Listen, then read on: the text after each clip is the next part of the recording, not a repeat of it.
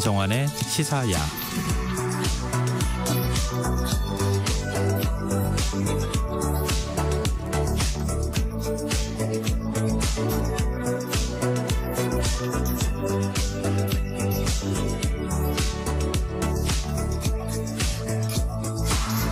하루의 마무리, 오늘도 함께 하시죠. 시사평론가 김성환입니다. 한신대학교가 어학당에서 공부하던 우즈베키스탄 유학생 22명을 강제 출국시켰다는 주장이 제기돼 논란이 일고 있습니다. 경찰은 수사에 나섰고 주한 우즈베키스탄 대사관이 법무부를 상대로 진상 파악에 나서면서 외교 갈등으로 확산될 가능성까지 커졌는데요. 왜 이런 상황이 발생한 건지 더 깊이 들여다보는 인터뷰 시간에 사건을 취재한 기자와 직접 얘기 나눠보겠습니다. 화요일마다 찾아오는 시간이죠. 빅데이터를 통해 인터넷 이슈를 살펴보는 이슈 이스타 코너도 마련돼 있으니까요. 많은 관심 부탁드립니다. 김성환의 시사에는 청취자 여러분들의 관심과 참여 기다립니다. 방송 내용과 관련해 의견 있으신 분들은 문자 보내주십시오. 당첨된 분들께는 모바일 쿠폰 보내드릴 텐데요. 참여하실 번호는 샵9730이고요. 짧은 문자 50원, 긴 문자는 100원의 이용료가 부과됩니다. 또 저희 방송을 유튜브를 통해서도 실시간으로 시청 또 참여하실 수 있는데요. KBS 일라디오 채널 들어오셔서 구독, 좋아요 많이 눌러주시길 부탁드립니다. 김성환의 시사야, 그럼 지금 시작하겠습니다.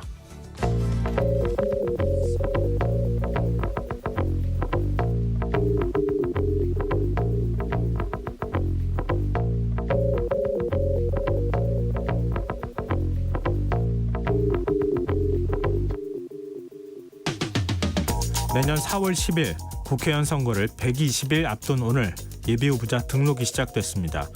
22대 총선 레이스에 본격적인 막이 오른 건데요. 문제는 아직도 선거구가 확정되지 않은 곳이 많다는 겁니다. 경기장도 정해지지 않은 상황에서 경기가 시작되고 선수가 입장하는 웃지 못할 일이 발생한 건데요. 이런 상황 대체 어떻게 봐야 하는 걸까요? 중앙선관위 산하 선거구 획정위원회는 지난 5일 전국 253개 지역구 가운데 32곳에 대해 조정이 필요하다는 의견을 내놨습니다. 인구 상한선을 넘는 곳은 나누고 인구 하한선에 미치지 못한 곳은 다른 지역구와 합치는 방안을 공고한 건데요. 여야는 선거구를 선거일로부터 1년 전까지 확정해야 한다는 현행법을 어기고도 여전히 이견을 좁히지 못하고 있는 실정입니다. 예비후보 제도는 정치 신인들이 상대적으로 얼굴이 많이 알려진 현역 정치인들과 공정한 경쟁을 할 수 있도록 하기 위해 지난 2004년 도입됐는데요. 여야의 뒷짐 속에 제도는 유명무실해지고 현역 의원들의 기득권만 더 강화되는 결과로 이어지고 있는 겁니다. 출발부터 기울어진 운동장에서 유권자들이 갈망하는 정치 쇄신, 이루어질 수 있을지 의문이 드는데요. 이대로 정말 괜찮은 걸까요? 돌이켜보면 지난 총선은 선거일 39일 전, 그리고 20대 총선 역시 42일 전에야 선거구를 확정했는데요. 국회가 해야 할 일을 미룰수록 유리한 구조를 이대로 둔다면 비슷한 문제는 계속 반복되지 않겠습니까? 선거로 뛰는 정당이 게임의 규칙을 정하는 심판 역할까지 해도 괜찮은 건지 이번 기회에 고민을 한번 해볼 필요가 있어 보입니다.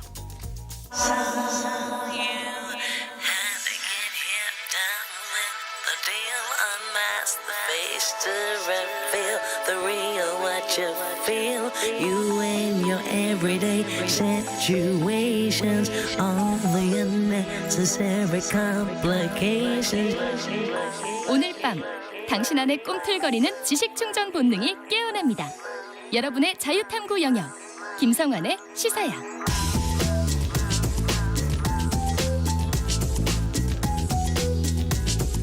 오늘 놓쳤던 뉴스 꼼꼼히 정리해드리는 뉴스야 시간입니다.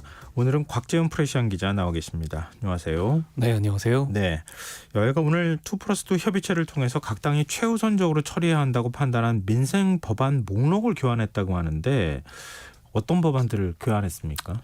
네, 여야는 오늘 12월 임시국회에서 신속 처리를 원하는 법안 리스트를 각자 10개씩 뽑아서 이제 본격적인 협상을 시작했는데요. 예. 양당이 제출한 10개 법안 중에 겹치는 내용이 하나도 없어서 아마 협상이 좀 쉽지 하나도 않을 없어요. 예, 그럴 것 같습니다. 이제 국민의힘에서는 뭐 상대적으로 규제 완화, 그다음에 윤석열 정부 국정 과제를 담은 법안들을 주로 냈는데요. 예. 상시근로자 50인 미만 중소사업장에 대해서 이 중대재해법 적용을 2년 유예하는 내용의 이 법 개정안, 그리고 산업은행 본점 소재지를 부산으로 이전하는 내용의 산은법 개정안, 또 우주항공청 설치 3법과 개식용 금지 및 폐업 지원 특별법, 네. 또 고준위 방패장 부지 선정 관련 고준위 방사성 폐기물 관리법 등입니다. 또 대형마트 영업 규제 시간 중 온라인 배송을 허용하는 유통산업 발전법 개정안이나 이 비대면 진로 제도와 의료법 개정안, 또 이런 거는 이제 규제 완화에 해당되는 거고요. 네. 그리고 부실 시공 처벌 강화 건설산업 안전 기본법 개정안과 건설기계 이용 공사 방해 행위의 제재 근거를 마련하는 건설기계관리법 개정안, 또 화물차 표준운임제 도입을 골자로 하는 화물자동차 운수사업법 개정안 등입니다. 반면 민주당에서는 그 법으로 제한된 최고 이자율을 초과하는 경우 이자 계약 전부를 무효화하는 내용의 이자 제한법, 또 가맹본부 갑질 근절을 위한 가맹사업거래 공정화법, 독점적 지배력을 가진 플랫폼 행태의 일부 규제로 독과점적 폐해를 근절한다는 내용의 온라인 플랫폼법, 또 지역사랑 상품권 발행 시 국가와 지자체가 이 행정적 또 재정적 지원을 할 수 있도록 한 지역사랑 상품권 이용 활성화법 등을 이제 민주당에서는 리스트에 넣습니다. 또 이제 코로나19 장기화로 피해를 본 소상공인들에게 임대료 등 필수 지원을 법적 근거를 마련하는 이제 소상공인 지원 3법, 또 농수산물 유통가격 안정법, 또 과로사 예방 및 근로시간 단축법, 그리고 폭염 한파 등도 산업안전 차원에서 관리하도록 하는 산업안전보건법 개정안, 또 국공립 의료대학 설립 및 지역의사 양성을 위한 공공필수지역 의료 설립법, 또 선보상 후 구상권 행사를 골자로 하는 전세사기 피해 특별법 개정안 등이 민주당이 넣은 겁니다.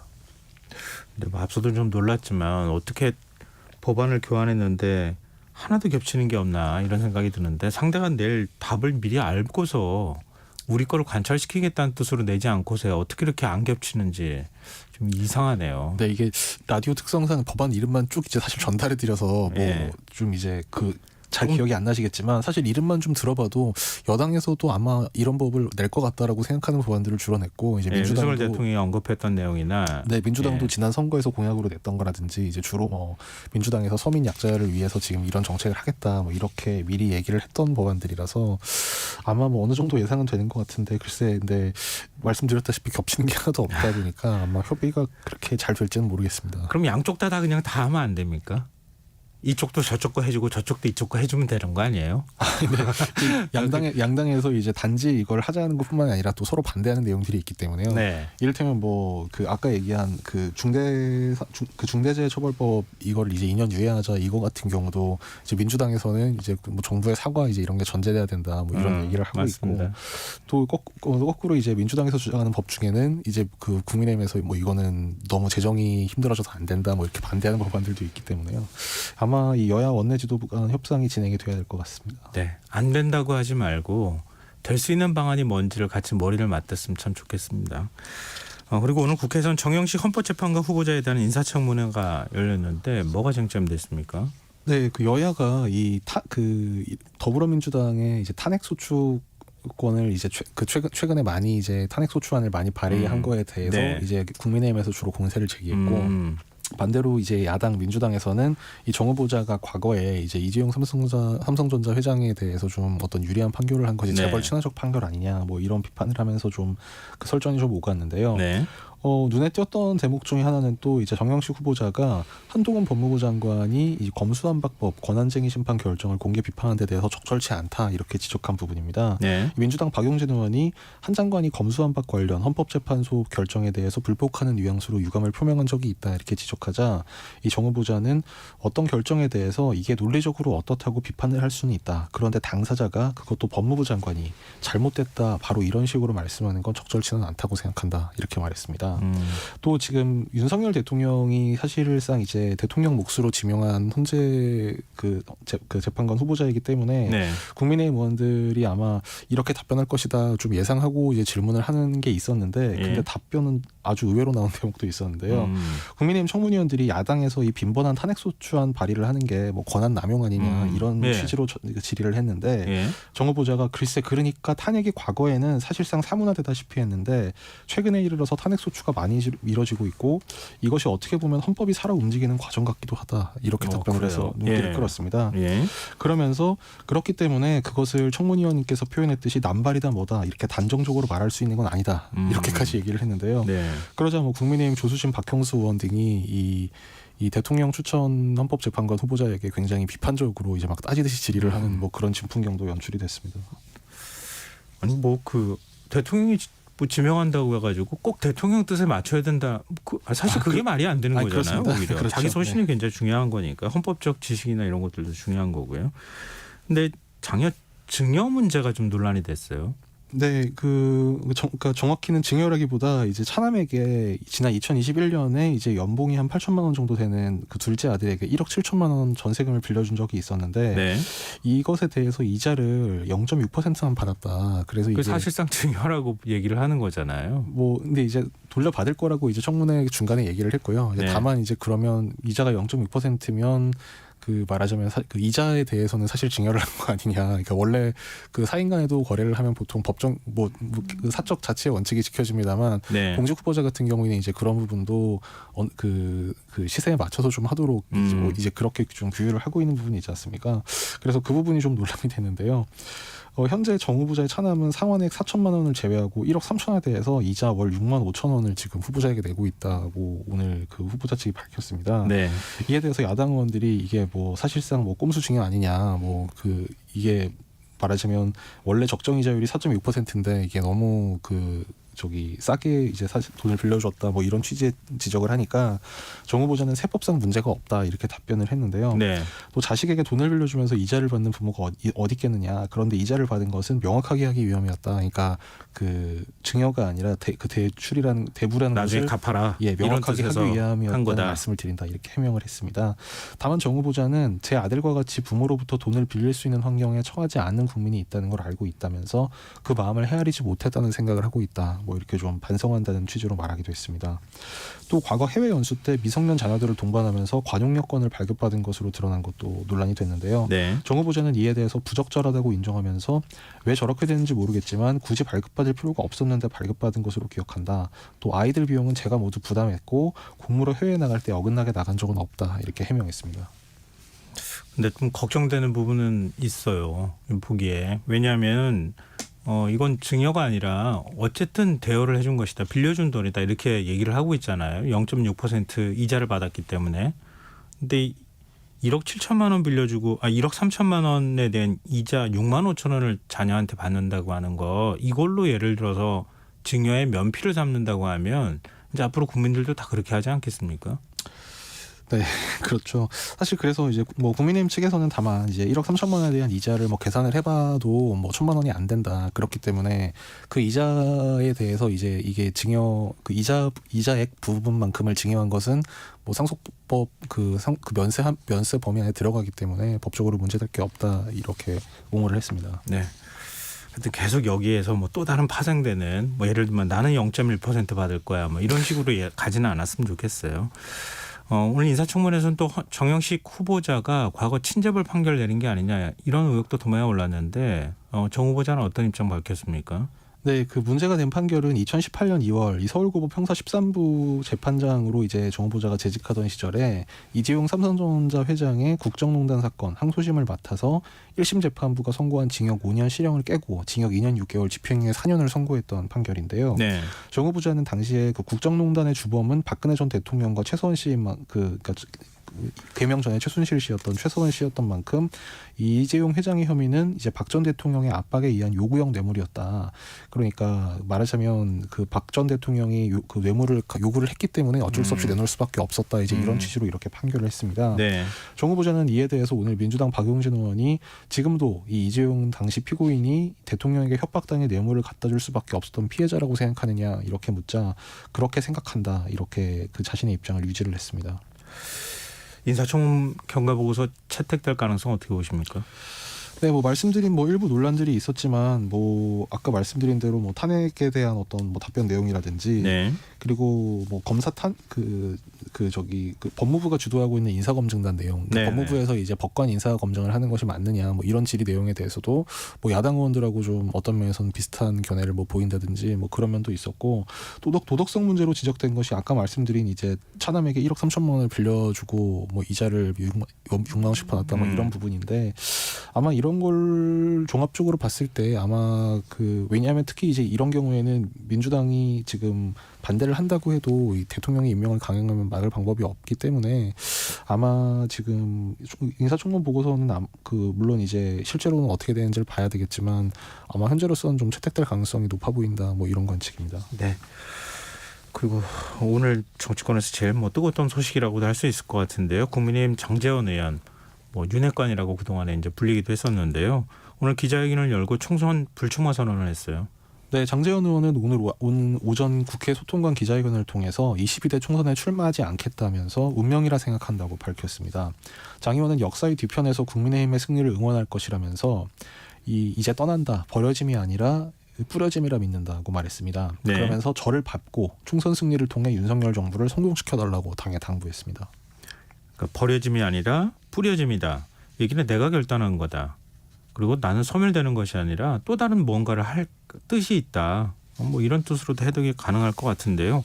근데 지난달에 뭐 산악회 모임하고 그러면서 알량한 정치 인생 연장하면서 서울 가지 않겠다 이렇게 얘기를 했었잖아요. 네, 뭐 권력자가 뭐라 해도 나는 내 할 말 하고 산다, 뭐 그런 말도 당시. 근데 갑자기 그럼 태도를 바꾼 겁니까? 그렇죠. 뭐 그 발언이 나온 지 한 달 만인데요. 뭐 여러 가지 해석이 나오고 있는 것 같습니다. 네. 뭐 원래부터 이제 어떤 결단을 할 마음이 있었지만 이제 혁신에 의해서 본인이 떠밀리듯이 하는 거는 이제 모양이 안 좋다고 생각해서 뭐 결과적으로 시간이 좀 지연이 된 거다. 아니면 당시에는 할 마음이 없었지만 그 기간 중에 어떤 민심의 변화라든지 뭐 특히 대통령과 여당 지지율 하락 추세라든지 이런 것을 보고 이게 뭔가 당시와 지금의 판단이 달라졌다든지 아니면 뭐 용산 대통령실에 좀 어떤 입김 뭐 이름 소위 윤심이 작용한 거 아니냐 뭐 이런 여러 가지 해석이 있는데요. 네. 뭐 당장은 이제 그 어떤 원인에서 이제 이런 결정이 이루어졌는지도 물론 중요하겠습니다만 뭐 이게 향후 어떤 영향을 미칠 것이냐, 특히 이제 뭐 국민의힘이 총선에서 어떤 성적을 얻는데 또는 이제 거기로 가는 과정에서 국민의힘의 지도 체제에 어떤 변화를 가져올 것이냐, 뭐 그 부분도 좀 눈길이 가는 부분입니다. 그럼 지금 시선은 김기현 대표 쪽으로 다 쏠렸어요. 김기현 대표 오늘 모든 일정 취소했다는 거 아닙니까? 장고에 들어갔다고 얘기하는데 어떻게 보세요? 사퇴할 가능성이 있습니까? 뭐 그럴 가능성도 지금 상당히 있는 걸로 뭐 당 안팎에서 보고 있는데요. 네. 일단 김 대표는 오늘 지도부가 모두 참석하기로 돼 있던 이 연탄 봉사활동에도 돌연 불참을 했고요. 네. 오늘 국회 대표실에도 출근하지 않는 등 뭐 장고에 들어간 모양새입니다. 이게 장제원 의원이 불출마를 선언했는데 이게 김 대표가 뭐 왜 거치의 압박을 받나 뭐 이렇게 좀 의아해하실 분들도 있을 것 같은데요.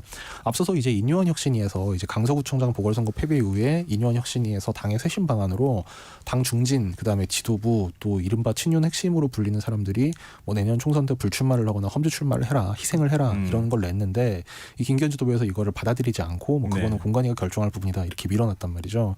그런데 장제원 의원이 이걸 선제적으로 뭐 지금 불출마 선언을 하면서 이걸 받은 것처럼 뭐 좀 뒤늦지만 호응이 된 것처럼 되니까 이게 김 대표도 이제 뭔가 말한 어떤 그런 희생 같은 것을 좀 해야 되지 않겠느냐 그런 압박으로 작용하고 있는 상태입니다. 국민의힘 지도 체제를 만든 건 김장년대 아닙니까? 김기현, 장제원. 그렇습니다. 그러니까 장제원 의원이 사퇴하면 지도체제 한 축이 붕괴되는 것이니까 거기에 대해서 지도체제 뭐 지금 김기현 체제가 계속 유지될 수 있겠느냐 이런 시각이 나오는 것 같습니다. 하여튼 뭐 며칠 내에 어떤 얘기가 나오지 않을까 싶은데 좀 지켜보죠.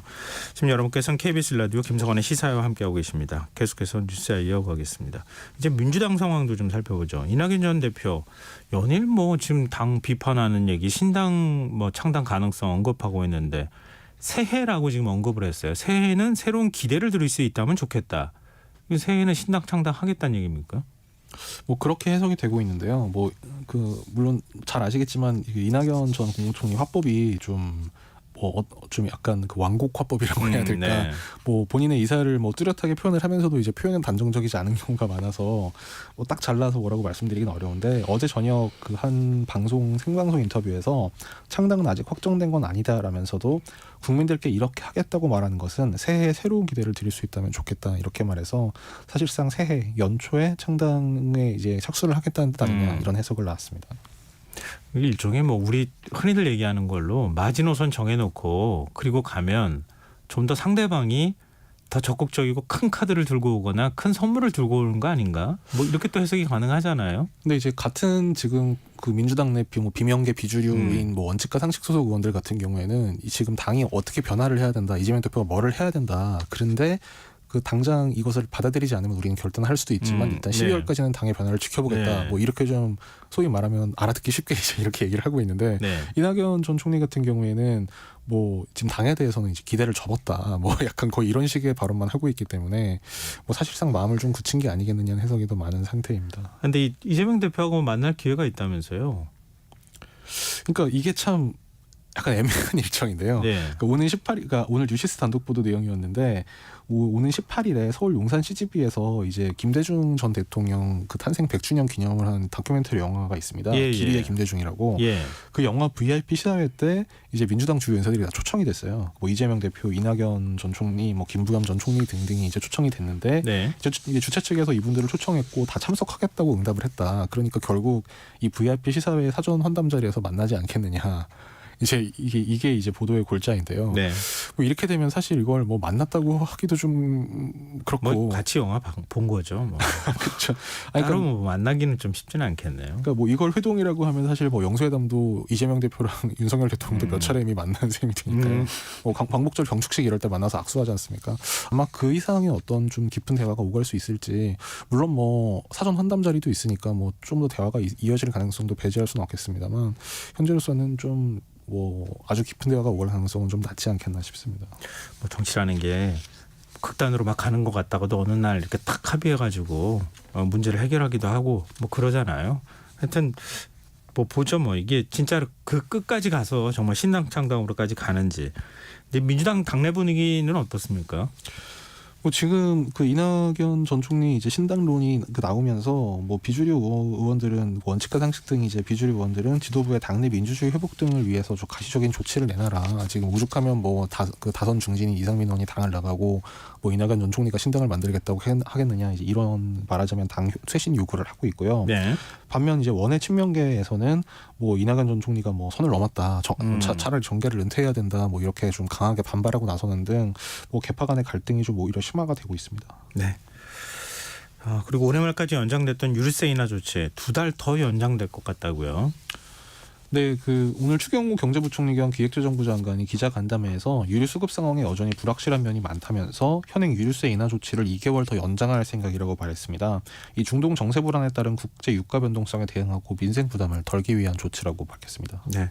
그리고 요즘에 기업들이 포장물의 내용을 조금 더 줄이는 방식으로 뭐 가격 인상은 안 하면서 일종의 이제 꼼수 인상이라고도 볼 수 있죠. 이렇게 해서 좀 논란이 되고 있었는데 정부가 내일 이 부분에 대한 대책을 발표한다고요? 예, 내일 비상경제장관회의가 열리는데요. 이 자리에서 이제 구체적인 슈링크플레이션 대책이 그 발표가 될 예정이라고 오늘 그 추경호 경제부총리 간담회에서 그런 얘기가 나왔습니다. 예. 이 추 부총리는 관련 대책에 대해서 관련 법률에서 함량 등에 관해 성실하고 정확하게 표시하고 알릴 책무가 있는데 이 부분을 관계부처 고시를 통해 조치를 하겠다면서 양을 속이는 행위는 소비자를 기만하는 꼼수로 근절돼야 된다고까지 했습니다. 네, 알겠습니다. 오늘 뉴스 여기까지 하겠습니다. 지금까지 곽지원 프레시안 기자였습니다. 고맙습니다. 감사합니다.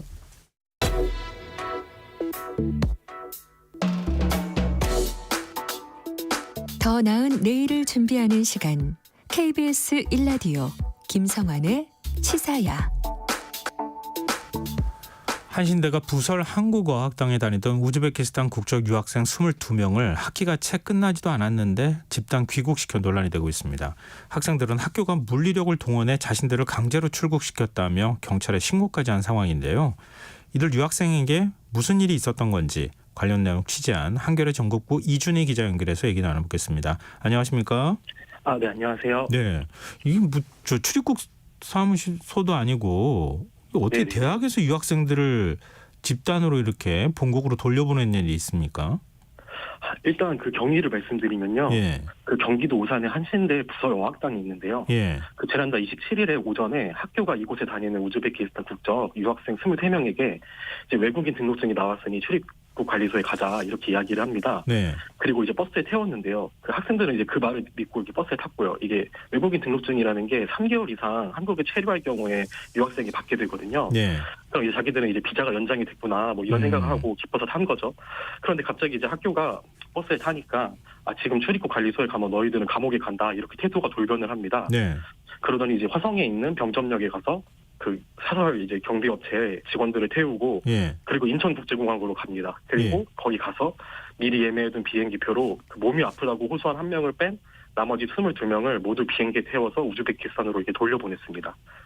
이 대학에서 가능한 일인지 잘 모르겠어요. 어떻게 이게 이렇게 강제로 뭔가 행동을 그 사람을 움직이지 못하도록 한 상태에서 그냥 비행기 네네. 태워서 내보내는 거는 이거는 국가 공권력이라 가능한 일 아닙니까? 그렇죠. 사실은 이제 원래 출입국관리사무소에서 만약에 뭐 비자에 문제가 있거나 할 경우에는 뭐 출국 그 권고를 한다든지 이런 방식으로 해야 하거든요. 네, 근데 이제 학교에서 이야기를 하는 거는 먼저 선제적으로 이 학생들에게 이 학생들이 이제 자기들이 그 비자가 만료됐다는 걸 알면 그 도망치거나 해서 불법 체류자가 될 수 있잖아요. 네, 그런 부분을 걱정해서 선제적으로 이제 대처를 했다는 건데 이게 변호사분들은 다들 이제 위법한 절차라고 많이 지적을 하고 계시거든요. 예, 이제 버스에 태우고 거기에 이제 사설 경비업체 직원들까지 동원했잖아요.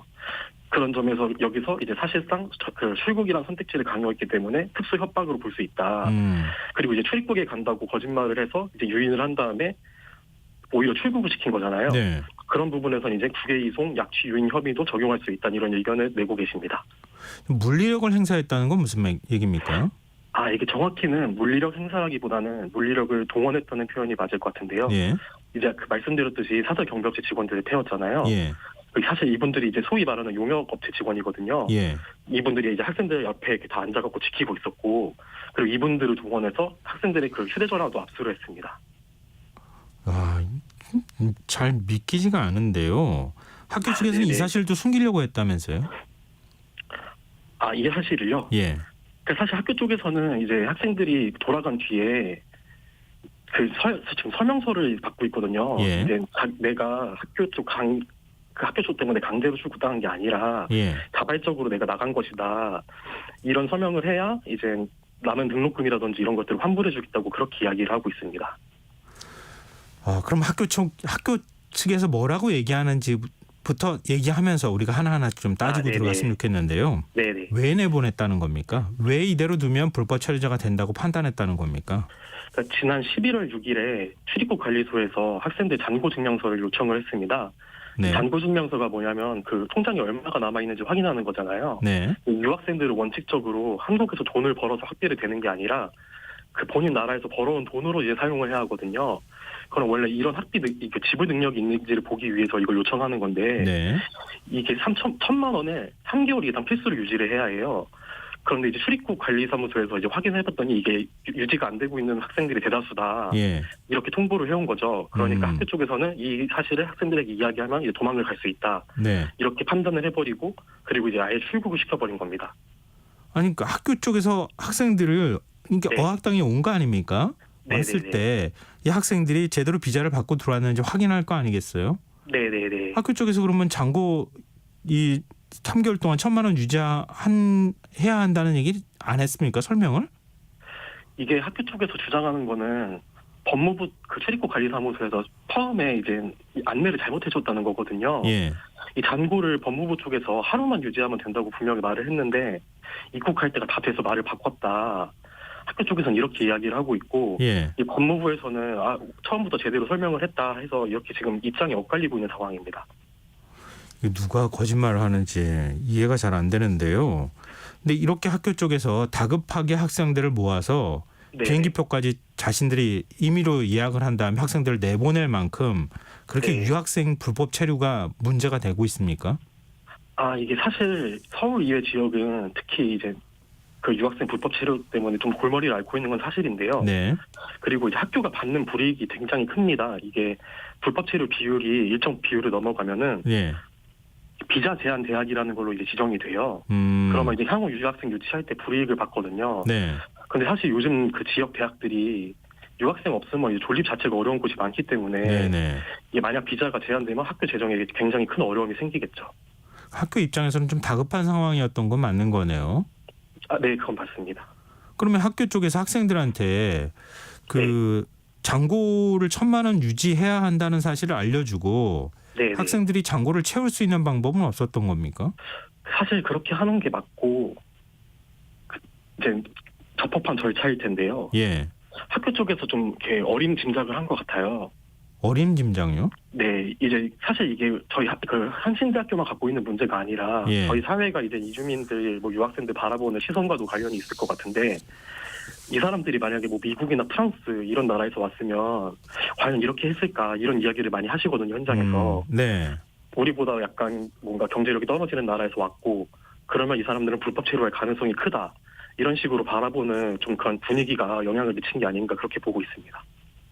근데 그렇다 하더라도 안내도 해주지 않고 그냥 지금 통장에 돈이 얼마 있느냐, 잔고가 지금 없으니 불법 체류할 수 있다. 그리고 학교에 불이익 올 수 있으니까 학생들을 집단으로 다 내보내자. 이건 너무 거친 방법 아닙니까? 그렇죠. 사실 그 이제 현장에서도 많이 이해하기 힘들다는 말씀을 하시고 왜 도대체 학교가 이렇게까지 무리수를 뒀을까 좀 이해하기 어렵다는 반응이 많습니다. 근데 이번 일로 생이별한 부부도 있다면서요? 아, 네. 이 쇼키로프 에르킨 존이라는 분이랑 쇼키로바 오이디노이 이 부부가 이제 생이별을 했는데요. 네. 두 분이 지난해 10월에 결혼을 했고요. 그 남편은 올해 8월, 아내는 9월에 한국에 왔습니다. 그 남편은 사실 2017년에도 한국에 와서 이제 석사학위까지 받은 상황이었고 예. 이번에 이제 박사학위 도전을 하러 온 거거든요. 예. 그런데 이제 아침에 한국어 공부한다면서 이제 나간 아내가 갑자기 연락이 두절이 된 거죠. 그래서 뒤늦게 소식을 듣고 공항까지 달려갔는데 결국에는 그 마지막 모습도 못 보고 지금은 이제 서로 떨어져 있는 상황입니다. 아니 이렇게 부부끼리도 연락을 못하게 했어요? 아까 뭐 휴대폰 뺏었다고 얘기하셨는데. 네네네. 그러면은 이제, 네. 짐 같은 거나 이런 건 어떻게 해요? 그러니까 짐 같은 거는 지금 기숙사에 다 남아있는 상황이고요. 학생들은 이제 출입국 관리사무소를 간다고 생각을 했기 때문에 그냥 뭐 간편한 옷차림 정도로 뭐 이렇게 입고 그렇게 나온 상황이거든요. 그래서 이제 짐도 다 기숙사에 남아있는 상황입니다. 학생들은 짐은 등록금은 낸 거 아닙니까? 학기도 아직 남은 거 아니에요? 네, 맞습니다. 아직 학기가 남았습니다. 지금도 학기가 아직 안 끝났습니다. 그럼 그건 어떻게 하는 겁니까? 그 부분은 이제 학교에서는 그 자진해서 출국했던 서명을 하면 환불을 해주겠다. 그 부분에 대해서 이렇게 지금 이야기를 하고 있습니다. 근데 유학생들은 지금 뭐 어떤 반응을 보이고 있습니까? 사실 이제 많이 충격을 받기도 했고요. 어린 학생들이 많기 때문에 좀 두려워하기도 하고 하는데요. 그리고 이제 한국에 대해서도 사실 좋은 감정을 갖고 한국에 온 경우가 많거든요. 예. 그렇다고 해서 근데 한국에 대한 믿음이 그래도 남아있다는 모습도 보입니다. 그 에르킨 조 씨 같은 경우에도 저한테 그런 얘기를 했거든요. 예. 자기는 이제 한국이 이런 인권이나 민주주의라든지 뭐 법치주의 이런 가치들을 잘 지키는 나라라고 생각을 해서 한국에서 이제 공부를 한 거고 지금도 자기가 이제 한국을 사랑하기 때문에 당신이랑 인터뷰를 하는 거다. 이런 문제를 한국이 고칠 수 있다고 생각한다. 그런 말씀도 하셨습니다. 지금 유학생들이 경찰에 신고했습니까? 아, 이게 정확히는 경찰에 신고를 한 건 아니고요. 네. 그 가족 중에 한 명이 네. 국민신문고에 신고를 했습니다. 그래서 이제 그게 오산경찰서로 넘어가서 오산경찰서가 이제 학교가 이 과정에서 뭐 강요를 했다든지 이런 부분이 있는지 확인하겠다는 입장입니다. 지금 주한 우즈베키스탄 대사관에서도 대응에 나섰다는 거 아닙니까? 네, 주한 우즈베키스탄 대사관이 대응에 나섰고요. 예. 그리고 이제 제가 학생들이랑 이제 계속 연락을 하고 있는데 우즈베키스탄에 있는 그 큰 언론사들에서도 학생들에게 지금 연락을 해오고 있다 하더라고요. 그래서 이게 굉장히 좀 그 나라와 나라 사이의 문제가 될 가능성이 있어 보이고 그리고 예. 사실 이제 아시아 국가들이 이 한국 정부 바라보는 그 시선이 조금 요즘 우려가 많거든요. 뭐 어떤 면에서요? 저희 한겨레에서 그 단독 보도했던 내용이기도 한데 네. 그 최근에 그 정부에서 외국인 노동자 지원센터 예산을 없애겠다고 하고 있습니다. 예. 네, 그 문제로 이 저숙련 비자라고 그 16개 나라가 이 협정을 맺고 있거든요. 네. 근데 이 소식을 듣고선 이 나라 16개 나라 그 대사관 노무관들이 다 모여서 회의를 해가지고 이거 문제가 있다 이렇게 입장을 모았고 그중에 8개 나라는 한국 정부에다가 이 예산을 없애는 것에 대해서 우려를 표한다 이런 서한을 보냈어요. 예. 사실 이 사람들 입장에서 한국 정부가 지금 이주 노동자도 늘리겠다, 유학생도 늘리겠다 이렇게 말을 하고 있는데 네. 한마디로 사람은 필요하다면서 보호는 해주지 않겠냐는 거냐 이런 목소리를 낸 거죠. 그리고 사실 이런 각국 대사관들이 이 주재국 나라의 예산에 대해서 목소리를 내는 게 아주 이례적인 일이거든요. 네. 그래서 여러모로 좀 우려스러운 부분이 많은 것 같습니다. 그럼 우리 외교부는 이번 문제에 대해서 어떤 대응을 하고 있습니까? 저희가 외교부에서 어떤 대응을 하고 있는지까지는 아직 잘 모르겠는데요. 예. 좀 심각하게 보고서 이 문제에 대해서 대응을 하고 좀 오해가 있는 부분이 일단 풀고 좀 해결할 수 있는 건 해결해야 되지 않을까 이렇게 보고 있습니다. 다시 데려올 가능성은 없는 거예요, 유학생들은? 일단 유학생들은 다시 돌아오고 싶은 마음이 있고요. 예. 저에게도 이제 물어보는 게 혹시 이제 뭐 기사가 나갔을 때 자기들 뭐 비자라든지 향후 뭐 입국에 문제가 생기는 거 아니냐 이런 이야기를 뭐 하고 있습니다. 그럼 마지막으로 근본적인 문제에 대해서 다시 한번 좀 취재를 하셨으니까 네네네. 좀 질문을 드리고 네. 싶은데요. 이거 잔고 증명하는 거, 네네. 이 제도로 운영하는 것도 좀 이번 기회에 들여다봐야 되는 거 아닙니까? 사실 잔고 증명이라는 게 들어올 때 얼마나 이 돈을 갖고 있는지를 확인하는 거잖아요. 예. 그런데 이제 한국 같은 경우에는 그 법무부 지침에 따라서 출입국 재량으로 그냥 이게 들여다보고 싶을 때마다 이제 정부가 들여다볼 수가 있거든요. 아, 마음대로요? 네네네. 예. 그런데 우즈베키스탄이 제가 그 국가 통계를 찾아보니까 예. 평균 그 임금이 한 달에 60만 원 정도라고 해요. 예. 그런 나라에서 대학생들이 1,000만 원을 채워서 오는 게 쉬운 일이 아니고 그걸 채워서 온다고 하더라도 그게 사실 유학 경비잖아요. 예. 그럼 한국에서 그걸 빼서 사용도 하고 쓸 수도 있는 부분인데 이런 부분을 이제 출입국 재량에 따라서 계속 확인할 수 있다는 게 이게 과연 맞는 것이냐 이런 부분에 대한 문제 제기도 있고요. 네. 그리고 이걸 유지한다는 게 실효성이 좀 떨어지는 부분이 이런 문제가 실제로 있는데요. 유학생들끼리 서로 이제 돈을 잠깐 넣었다가 빼서 돌려서 이렇게 유지를 해서 그 잔고 증명을 한다든지 이런 부분이 있는 것도 사실이거든요. 네. 그런데 과연 이게 정말 이 불법 체류 문제라든지 그리고 이주민 인권 보호하는 데 있어서 실효성이 있는 것이냐 이런 의문이 계속 제기되고 있습니다. 예전 일이긴 한데요. 예전에 네네. 미국 비자 받을 때 네네. 그때 제 통장 잔고 증명 다 해줬던 게 기억이 나네요. 갑자기. 네. 미국도 지금도 하고 있는 걸로는 알고 있습니다. 그러니까 우리도 미국 같은 나라 가면 비자 받을 때 잔고 증명 다 하고 우리도 불법 체류 안 할 의사가 없다고 하는 걸 입증을 사실 하잖아요. 네네네. 굉장히 개인적으로 불쾌했거든요. 그때. 네. 그 사실 제가 알아본 바로는 이제 미국 같은 경우에는 이렇게 수시로 그 계좌를 들여다본다든지 이런 일은 별로 없는 걸로 알고 있거든요. 아, 그래요. 처음에 들어갈 때만 입증을 하면요. 네네네. 근데 한국 같은 경우에는 그게 출입국 재량이 굉장히 강해서 네. 저희가 이제 어학당들 이야기도 들어보면 그 최근에 또 법무부에서 이제 이주민 관련 단속이 강화되고 있잖아요. 예. 그러다 보니까 이 출입국들이 대량적으로 보는 부분도 강화가 되고 그래서 현장에서 좀 어려움을 느낀다 이런 목소리도 있습니다. 네. 말씀 들어보니까 근본적인 문제부터 한번 좀 들여다볼 필요가 있을 것 같고 대학 측의 대응은 이거는 굉장히 논란이 많을 것 같다. 나중에 네네. 가서 대학이 이 뭐 법적인 책임 문제까지 좀 물어야 되는 이런 상황까지도 가야 되는 거 아닌가 그런 생각이 좀 드네요. 네, 그리고 저희 그 한국 사회가 이제 우리 한국 사회가 이 이주민을 바라보는 시선이라든지 네. 이런 것들도 한번 이번 기회에 돌아볼 수 있지 않을까 이렇게 생각하고 있습니다. 네, 알겠습니다. 오늘 말씀 고맙습니다. 네, 감사합니다. 예, 지금까지 한겨레 전국부 이준희 기자였습니다.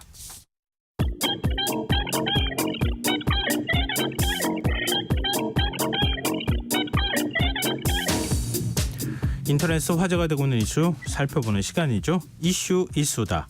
김덕진 IT 커뮤니케이션 연구소 소장 스튜디오에 나와 계십니다. 안녕하세요. 네, 안녕하세요. 반갑습니다. 김덕진입니다. 자, 한 주간 이슈 어떻게 뽑으셨습니까? 네, 빅데이터가 뽑은 이번 주의 이슈 지난주 대비해서 가장 많이 올라온 증가율 순위인데요. 네. 1위는 제가 항상 말씀드리면 IT 과학이 나올 때 제가 일부러 뽑은 게 아니다 이런 말씀드리잖아요. 네. 특히나 이번 주는 거의 뭐 IT 과학 특집입니다. 아, 그래요? 네, 두 가지 키워드가 있는데 둘 다 네. 우리 생활에 아주 밀접하고 궁금하신 분들이 많을 주제일 거예요. 네. 첫 번째 키워드는 스트리머라는 키워드인데요. 스트리머? 네, 이게 이제 아시는 분들은 잘 아시는 용어고 모르시는 분들은 잘 모르시는 용어예요. 예. 유튜버는 많이 들어보셨죠? 예. 유튜버는 유튜브 하는 사람들이잖아요.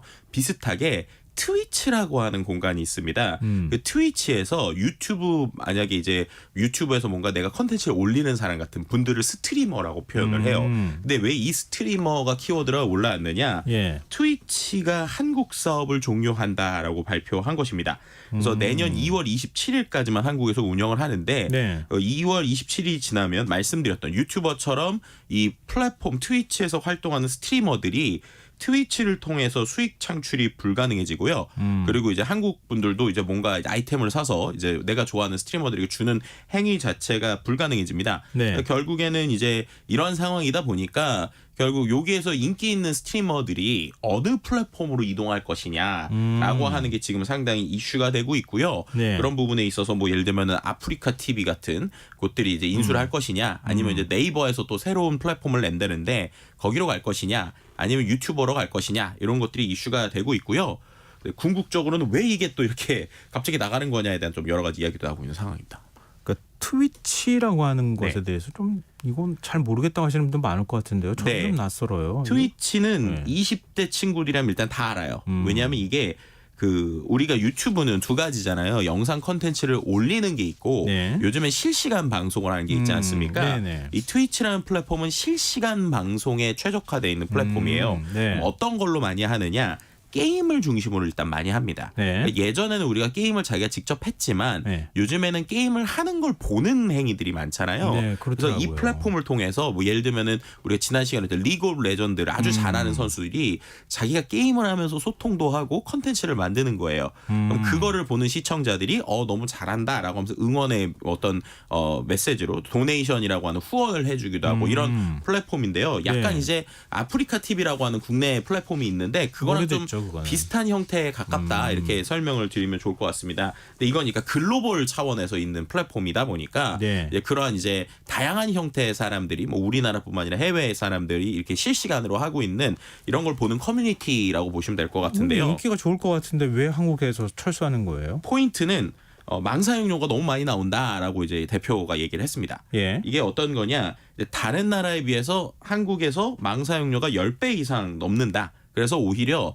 사용자가 늘어날수록 우리는 손해보는 구조가 된다라고 얘기를 한 거예요. 그래서 이 부분에 있어서 이제 아시겠지만 망 사용료라고 하는 건 통신사와 그리고 거기에 컨텐츠를 올리는 일종의 컨텐츠 프로바이더, 쉽게 말하면 뭐 네이버든 뭐 카카오든 뭐 이런 서비스 회사겠죠. 우리가 알고 있는 OTT 회사들 네. 이런 회사들이 망을 많이 사용하니까 예. 일부 이제 이 망에 대한 사용료를 내는 이러한 것들이라고 보시면 될 것 같은데 사회 공적인 망에 네. 트래픽 굉장히 그 일종의 교통 정치를 일으키는 것 같은 그런 네네네. 일을 하는 거잖아요. 네. 데이터가 많이 왔다 갔다 해야 되는 거니까. 그렇죠. 그럼 그냥 공짜로 편승해서는 안 된다. 뭐 이런 뜻이잖아요. 이제 그러다 보니까 그런데 이제 이게 그러면 근데 여기서 한 가지 이슈가 있는 게 그럼 뭐 예를 들면 이게 뭐 기가당 얼마 이런 방식이 아니라 보통 기업과 통신사 간의 일종의 비밀 유지 계약처럼 이런 계약이 일어나게 돼요. 그러다 보니까 이게 정확하게 얼마인지에 대한 추정이 잘 안 되는 부분이 있는데 지금 대신증권에서 기업 분석 자료에 보면 트위치가 2022년에 한 500억 수준의 망 사용료를 납부한 것으로 지금 예상이 됐고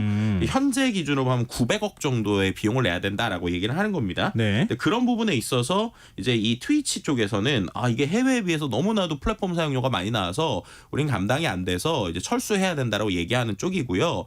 근데 이제 이 부분에 있어서 이제 일부 다른 분들 같은 경우에는 아니다, 이거는 국내에서 사업을 잘못한 거에 대한 책임을 네트워크 비용에 돌린다라는 얘기도 있어요. 네. 이게 왜 그러냐면 그럼 이 플랫폼에서의 이제 이제 비즈니스 모델, 그러니까 돈을 버는 모델은 이제 사람들이 컨텐츠를 볼 때가 아니라 이게 중간에 광고 들어가는 것도 아니고 어떤 네. 거냐면 이 스트리머가 열심히 뭔가를 해요. 예. 그럼 거기에 대해서 너 잘한다 후원한다면서 후원을 해준단 말이에요. 그걸 도네이션이라고 하는데 그때 수수료를 받는 모델이거든요. 네. 근데 이게 부분이 이제 어떤 이슈가 있었냐면 예를 들면 그 트위치라는 플랫폼에서 다른 사람들이 도네이션을 다른 형태로도 할 수 있다는 거예요. 예를 네. 들면은 이 플랫폼 안에서는 무조건 트위치 걸로만 돈을 내는 게 아니라 다른 방식으로도 돈을 받을 수 있어요. 네. 근데 다른 방식으로 받는 것들은 수수료를 못 받는 거잖아요, 트위치가. 그러니까 결국에는 이 비즈니스 구조를 잘못 짜서 이거에 대한 핑계로 되는 것이 아니냐는 뭐 여러 가지 논란이 있지만 어쨌든 그럼에도 불구하고 전 세계적으로 좀 유명한 플랫폼이 뭐 이렇게 된다라는 것에서는 좀 여러 가지 좀 말들이 나오고 있는 상황입니다. 네. IT 분야 또 다른 키워드는 뭡니까? 네, 이거는 이제 오히려 더 이제 사람 사람들이 관심이 있을 키워드인데요. 네. 유튜브라는 키워드입니다. 아, 가격 구독료 올리는 네, 거. 이게 어느 수준이냐? 예. 유튜브 프리미엄. 우리가 유튜브 프리미엄이 어떤 건지 뭐 다 아시겠지만 유료로 우리가 돈을 안 내도 유튜브를 광고로 보면은 볼 수는 있잖아요. 예, 예. 근데 광고 보기 싫고 그리고 좀 더 이제 음악 같은 거 들을 때도 우리가 화면 안 켜놓고 정말 음악 플레이어처럼 들으려면 유튜브 프리미엄이라는 걸 가입을 해야 돼요. 혹시 근데 가입하셨어요? 저는 되게 오래전부터 쓰고 있습니다. 아, 그래요? 근데 이제 저 같은 사람에게 솔직히 더 충격이 커요. 왠지 말씀을 드릴게요. 예. 이번에 유튜브 프리미엄 구독료를요.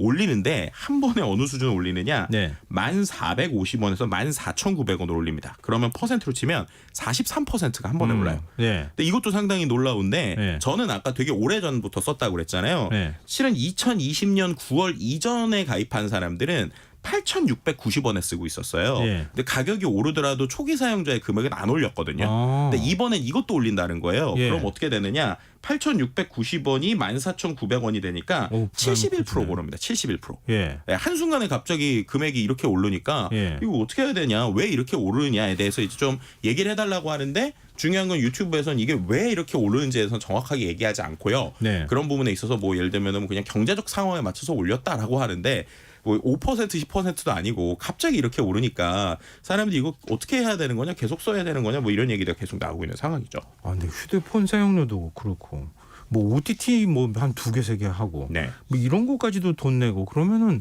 한 달에 가족들이 돈 내는 거 다 합치면 한 2, 30만 원은 훌쩍 넘어갈 것 같아요. 네, 그렇죠. 이제 그리고 여기서 가장 큰 이슈는 유튜브가 워낙 국가마다 금액이 차이가 난다는 거예요. 아, 그래요? 예를 들면 아까 말씀드린 대로 우리나라 이렇게 되면 거의 2만 원 돈에 가까이 가잖아요. 예. 터키에서 가입을 하면 튀르키예에서 가입을 하면 한 달 구독료가 2,600원 정도 꼴입니다. 아, 그래요? 네, 그러다 보니까 지금 인터넷에서 어떤 현상이 일어나고 있냐면 나는 이제 온라인에서 튀르키예로 이민 간다 이런 얘기가 있어요. 그래서 예를 들면 이게 이제 약간의 우회 계정을 통해서 이제 내가 다른 나라에 있는 것처럼 이제 가입을 하는 거예요. 네. 이제 그렇게 돼서 일종의 유튜브 이민자가 되는 형태인데. 지난번 OTT도 그랬잖아요. 그렇죠. 근데 이 부분이 이제 어쨌든 그 가이드라인에 보면은 불법에 가까워서 잘못하면 계정이 잘리거든요. 근데 그럼에도 네. 불구하고 이렇게밖에 못하는 이러한 좀 씁쓸한 상황이 지금 뭐 온라인에서 벌어지고 있다 이렇게 말씀드릴 수 있을 것 같습니다.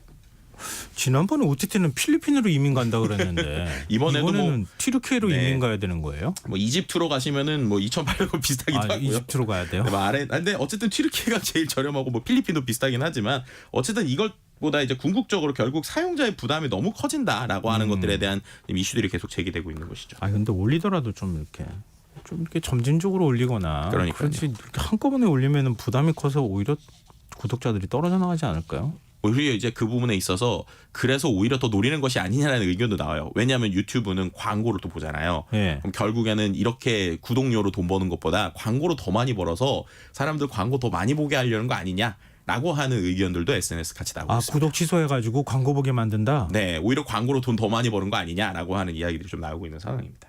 그 상상력입니까? 실제 그렇습니까? 아, 실제로 이제 그런 얘기들 나오고 있고요. 실제 최근에 그래요? 유튜브의 광고 정책들을 보면 충분히 그럴 수 있다라는 것을 우리가 좀 볼 수 있는 부분도 있는 것 같아요. 구독을 다 끊어야 되나? 또 자, 지켜봐야죠, 뭐. 예, 네. 2위 주제로 가볼까요? 2위 주제는 사회 분야의 교육이고요. 키워드는 성적표입니다. 역대급 불수능이라고 이야기했던 이 올해 수능 성적표가 나오자마자 네. 정치 전략에 대한 고민들이 깊어지는 것인데요. 이 고민을 볼 수 있는 두 가지 현상이 지난 11일에 열렸던 서울시 교육청의 대입 정시 설명회가 있었는데 거기에 네.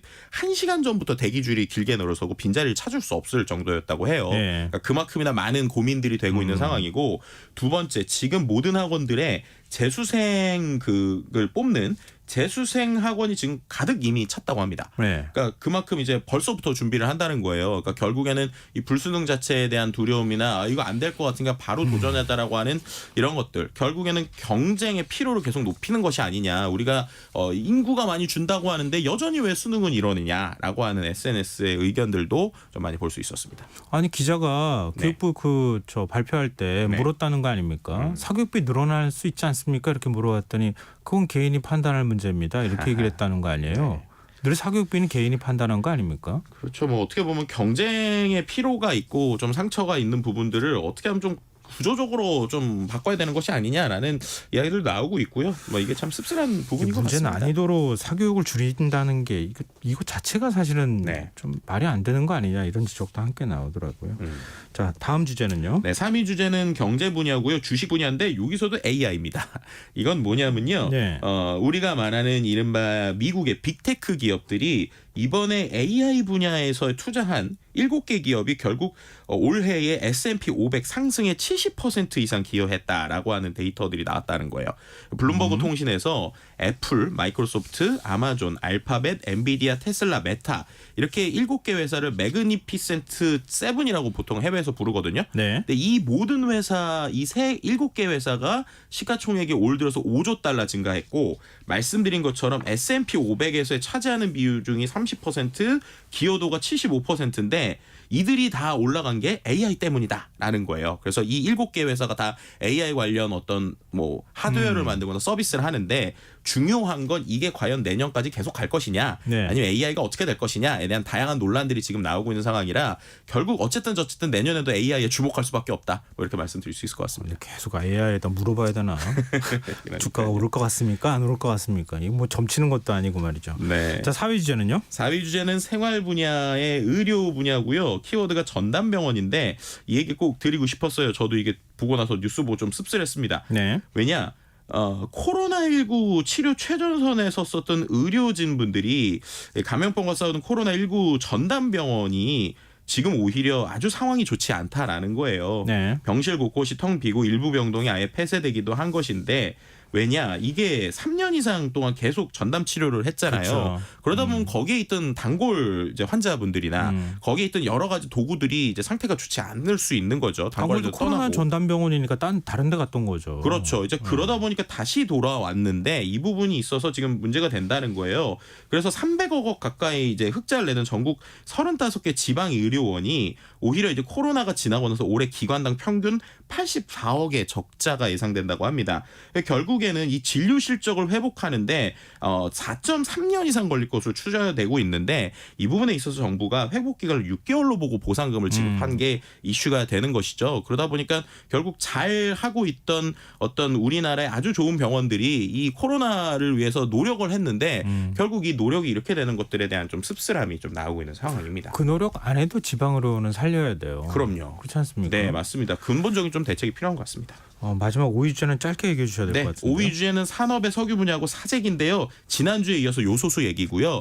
요소수에 대한 불안감 여전히 있고 정부는 괜찮다고 하지만 시장에서는 계속 요소수 없다라는 얘기라서 이 부분에 대한 좀 여러 가지 이야기가 나오고 있는 상황입니다. 네, 정부가 뭐 적극적으로 대응하겠다고 지금 밝히고 있으니까 네. 조금 풀렸으면 좋겠네요. 예, 자 이슈이수다. 지금까지 김덕진 IT 커뮤니케이션 연구소 소장과 함께했습니다. 고맙습니다. 네, 감사합니다.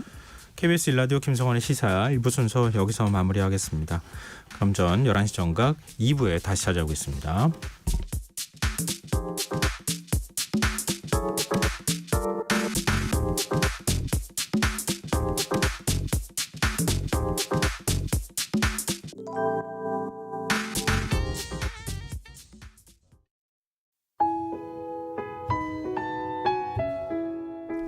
청취자 여러분, 위기 가정을 찾아주세요.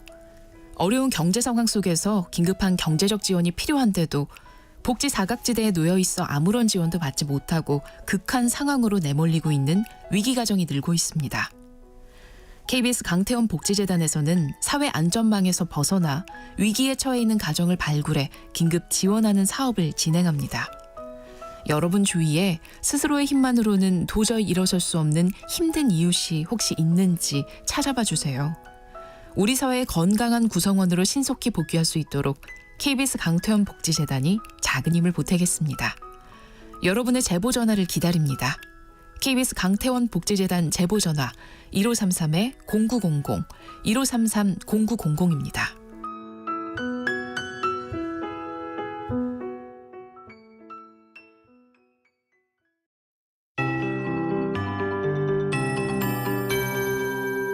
KBS 58분 날씨.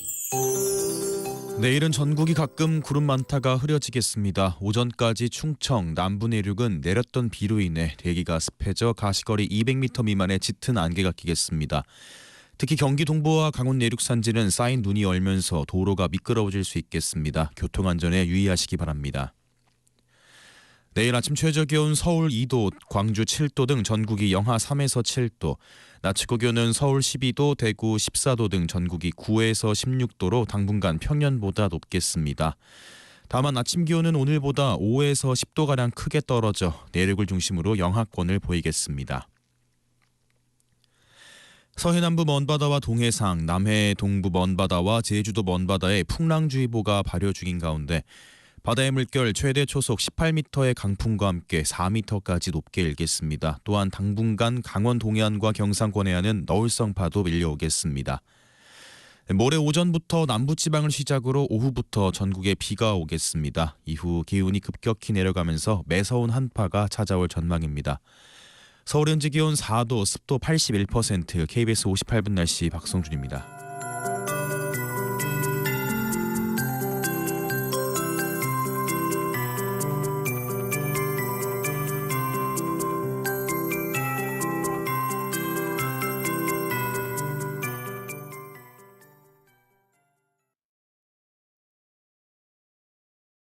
정성을 다하는 국민의 방송 KBS가 11시를 알려드립니다. AM 711kHz, FM 97.3MHz, KBS 1라디오입니다. HLKA.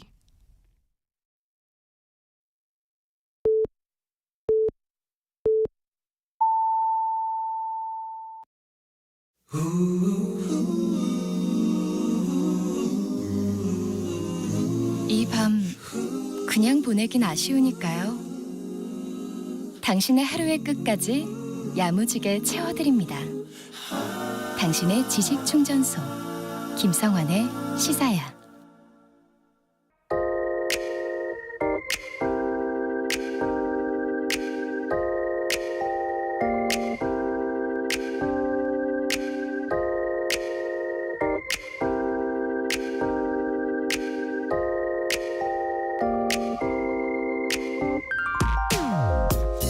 이제는 종이책보다 전자책이 더 편하다는 사람들이 많죠. 책장을 넘길 때 나는 사각대는 소리, 종이의 냄새가 좋아 여전히 종이책을 고집하는 애서가들이 있습니다만 세월이 흐르면서 종이책의 향수보다는 전자책의 편리함을 찾는 사람들이 점점 늘어나고 있는 게 현실입니다. 저도 한 7, 8년 전부터 읽기 쉬운 가벼운 책은 전자책으로 샀는데 저도 모르는 사이에 어느새 400권이 훌쩍 넘었더군요. 전자책 시장의 성장 속도는 통계로도 확인할 수 있습니다.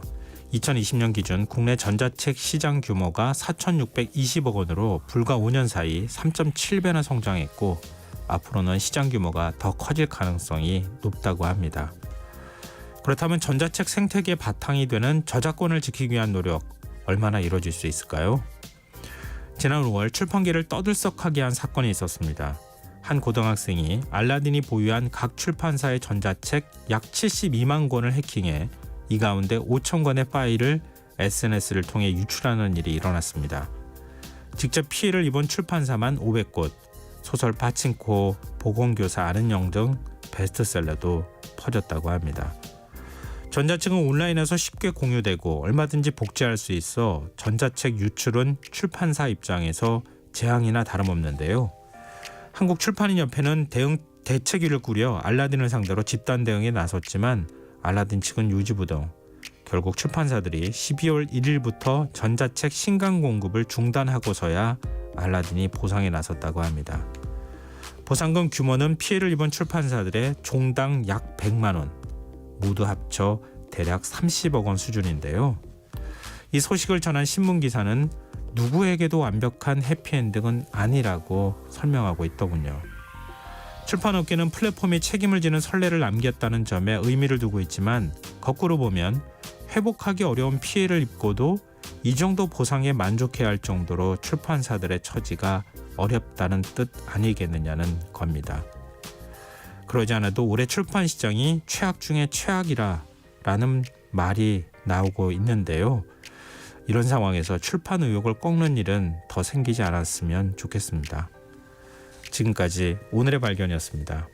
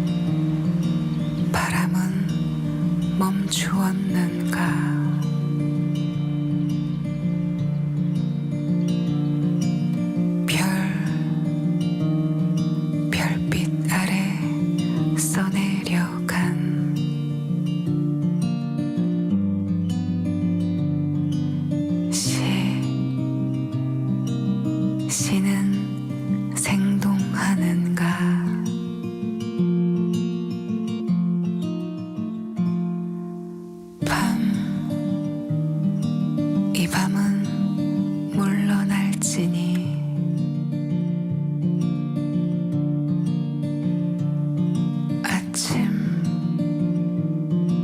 새 아침이 밝아오리라.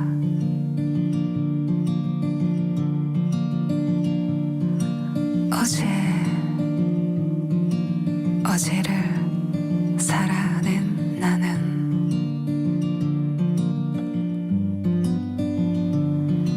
지금 다름 아닌 지금 이곳에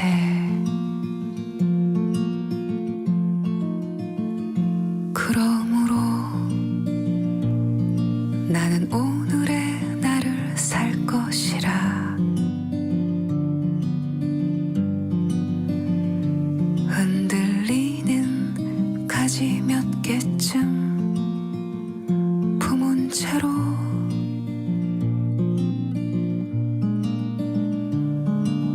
또 비가 오면 떨어질 꽃잎 혹은 바람 불면 사라질 이파리 그런 것쯤 아무렇지도 않게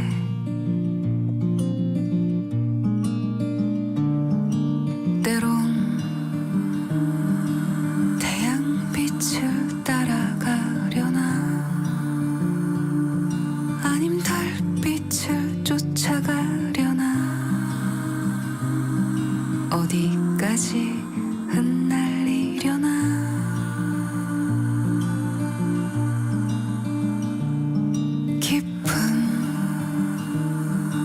바다를 가로지른다 해도 결국 내 심장이 뛰는 곳으로 나는 향하려.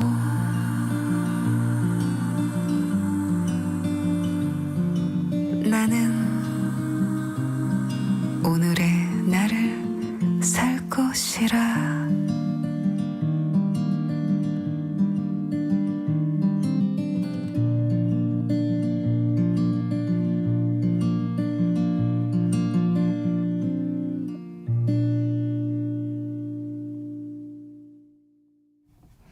오늘의 발견에 이어서 정밀아의 서시 듣고 오셨습니다. 김선희 시사는 언제나 청취자 여러분의 관심과 참여 기다립니다. 오늘도 방송 내용과 관련한 청취자분들 문자 들어오고 있는데요. 이현숙님, 책과 거리가 멀어진 지 오래됐는데 출판기를 위해서라도 전자책이든 종이책이든 구입해 읽어야겠네요. 전자책 저작권에 대해 더 강화된 법규도 필요할 것 같고요. 우리 내 거 아닌 것엔 욕심내지 말아요. 이렇게 너무 부드럽지만 아주 따끔한 말씀 내주셨습니다. 맞습니다. 지금 출판기 너무 어렵다 그래요. 예전엔 제가 한번 말씀드린 적이 있는 것 같은데 교보문고가 창사 이래 처음으로 명예퇴직 받고 있다고 하는 얘기를 전해드린 적이 있거든요. 그만큼 지금 책이 안 팔리고 있다는 뜻이거든요. 또 전자책 시장이 그만큼 또 많이 커져가지고 출판사들이 그거 가지고 수익을 좀 냈으면 좋을 텐데 지난해만 기준으로 영업이익이 한 40% 정도 줄었다고 합니다. 올해는 아마 더 줄었을 것 같거든요. 출판사들이 무너지면 우리가 흔히들 얘기하는 것처럼 출판 시장 자체도 점점 쪼그라들지 않겠습니까? 그러면 우리가 살고 있는 사회의 어떤 지식의 수준이나 또 지식의 양도 줄어들지 않겠습니까? 그런 면에서는 책 전자책이든 아니면 서점에 가서 진짜 종이책이든 많이 좀 구입하시면 어떨까 싶습니다. 많이 읽으셨으면 좋겠고요. 그리고 휴대전화 뒷자리 7321 쓰시는 청취자분께서 사실 전 전자책보단 손때 묻은 종이책엔 추억이 어려있죠. 어릴 적 가난했던 탓에 부잣집 고모님 댁에 얹혀서 살았더랬어요. 공부하고파도 책이 없어 울고 있던 제게 어린 게 불쌍하다며 공책과 책을 사서 건네주시던 가정부 아주머니. 그땐 몰랐어요. 그것이 아주머니의 귀한 급여로 사주신 책들이었음을. 이처럼 종이책엔 삶의 흔적이 남아있는 듯합니다. 이렇게 문자를 주셨어요. 더 종이책에 애착을 갖고 계실 것 같습니다.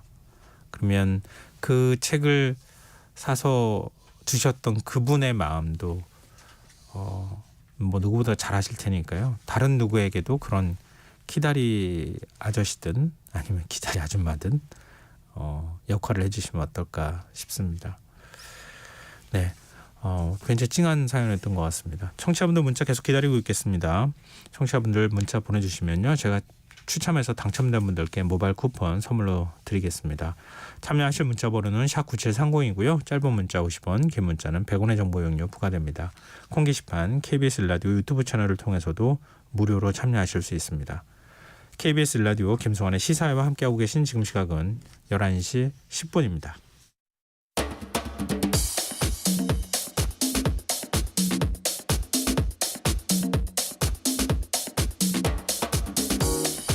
오늘 일어난 세상 곳곳의 소식들 당일 배송으로 전해드립니다. 밤점 뉴스 이은경 뉴스캐스터 나와 계십니다. 안녕하세요. 네, 안녕하세요. 이게 왜 이런지 모르겠네요. 조달청 나라장터 시스템이 또 목통이 됐어요. 네. 지난번에도 목통이었잖아요. 근데 그전에도 비슷한 일이 있었다라고 하는 게 현재까지 알려진 상황인데요. 네. 오늘 있었던 일부터 말씀드릴게요. 오늘 접속장애가 발생을 했습니다. 근데 아까 말씀하신 것처럼 이 조달청의 나라장터 사이트는 11월 23일에도 마비가 됐었죠. 오늘 오전 9시 27분부터 1시간가량 접속장애가 벌어졌는데요. 10시 반 정도까지 제대로 시스템이 작동을 하지 않아서 지금은 시스템이 정상 복구가 된 상황인데요. 보통은 이제 입찰을 하는 곳이잖아요. 그러니까 그렇죠. 나라장터가. 한 11만 건 정도 투찰이 이루어지는데 연말이라서 평상시에 5배가 집중이 돼서 접속이 늦어진 현상이다. 조달청은 그렇게 얘기를 했습니다. 동시 접속 허용 용량을 증설해서 정상화시켰다고 덧붙이기도 했는데요. 네. 그래서 제출 마감 시기가 곧 지연 시간에 도래한 건들이 있었어요.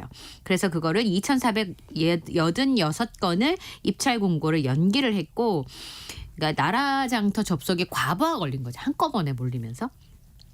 그래서 정확한 원인은 국가정보자원관리원에서 분석 중이라고 밝혔습니다. 그런데 문제는 이런 일이 지난번에도 있었고 이번이 처음이 아니고 자주 발생했다. 지난번에도 똑같은 설명을 했어요. 제가 기억하기로는. 그러니까요. 그러면 11월 23일에도 접속이 안 됐다가 정상 복구가 된 상황이 있었는데 해외로부터 집중 정속에 따른 과부하에 의한 것입니다.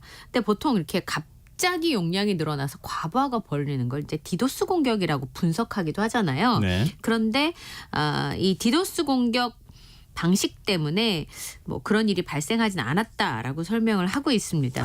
근데 문제는 평소에 이런 일들이 이번에만 벌어진 일이 아니다라고 하는 거예요. 이전에도 연말쯤 되면 아까처럼 투찰하는 건수가 늘어나는 게 올 연말만 있는 건 아닐 거잖아요. 네. 그러니까 종종 있어 왔다는 설명도 있었거든요.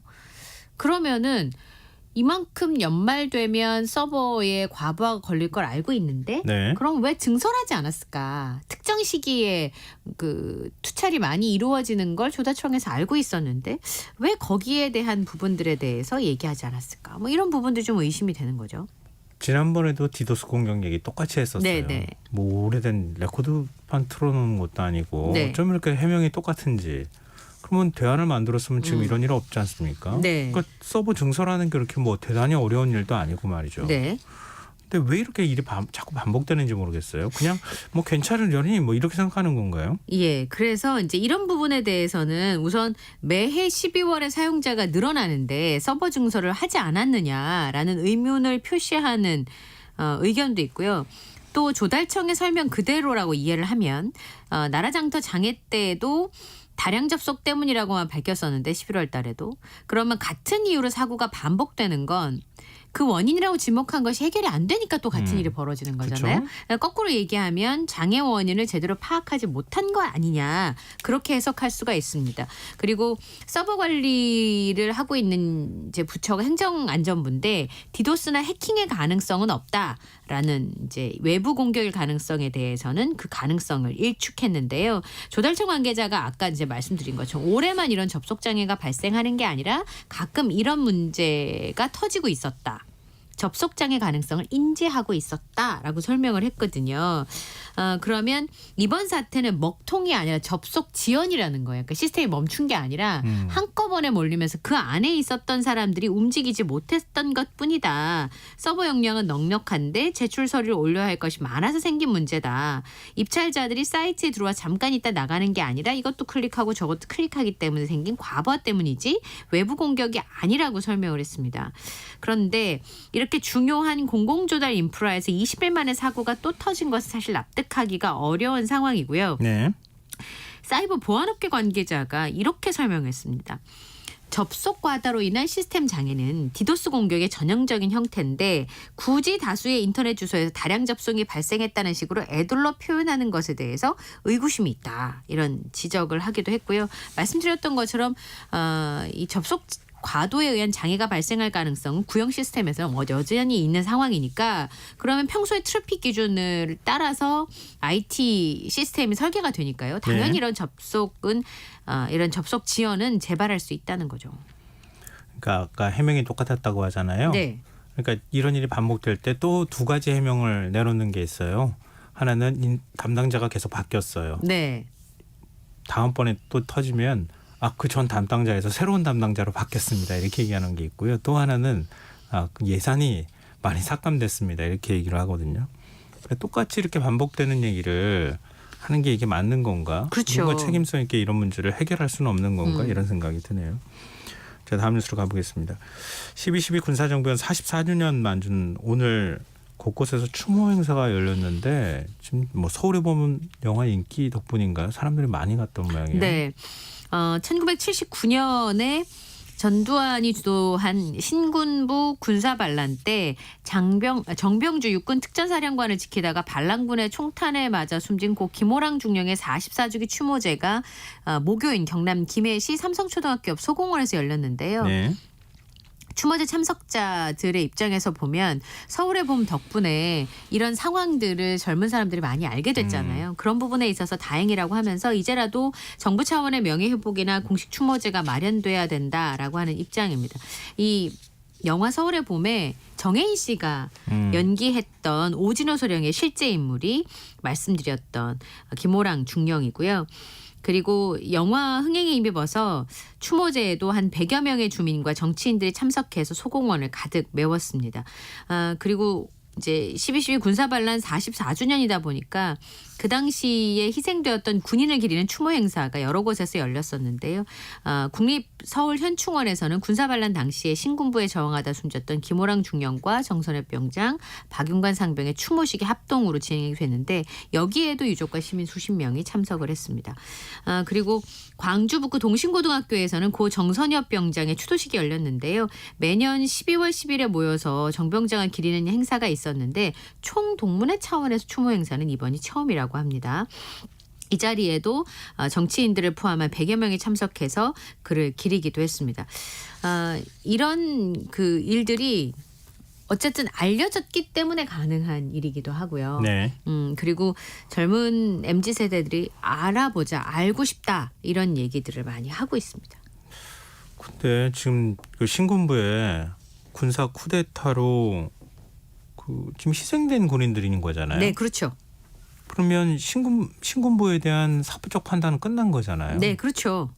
그러면 국방부에서 희생자들이나 피해자들한테 명예회복 해줘야 되는 거 아닙니까?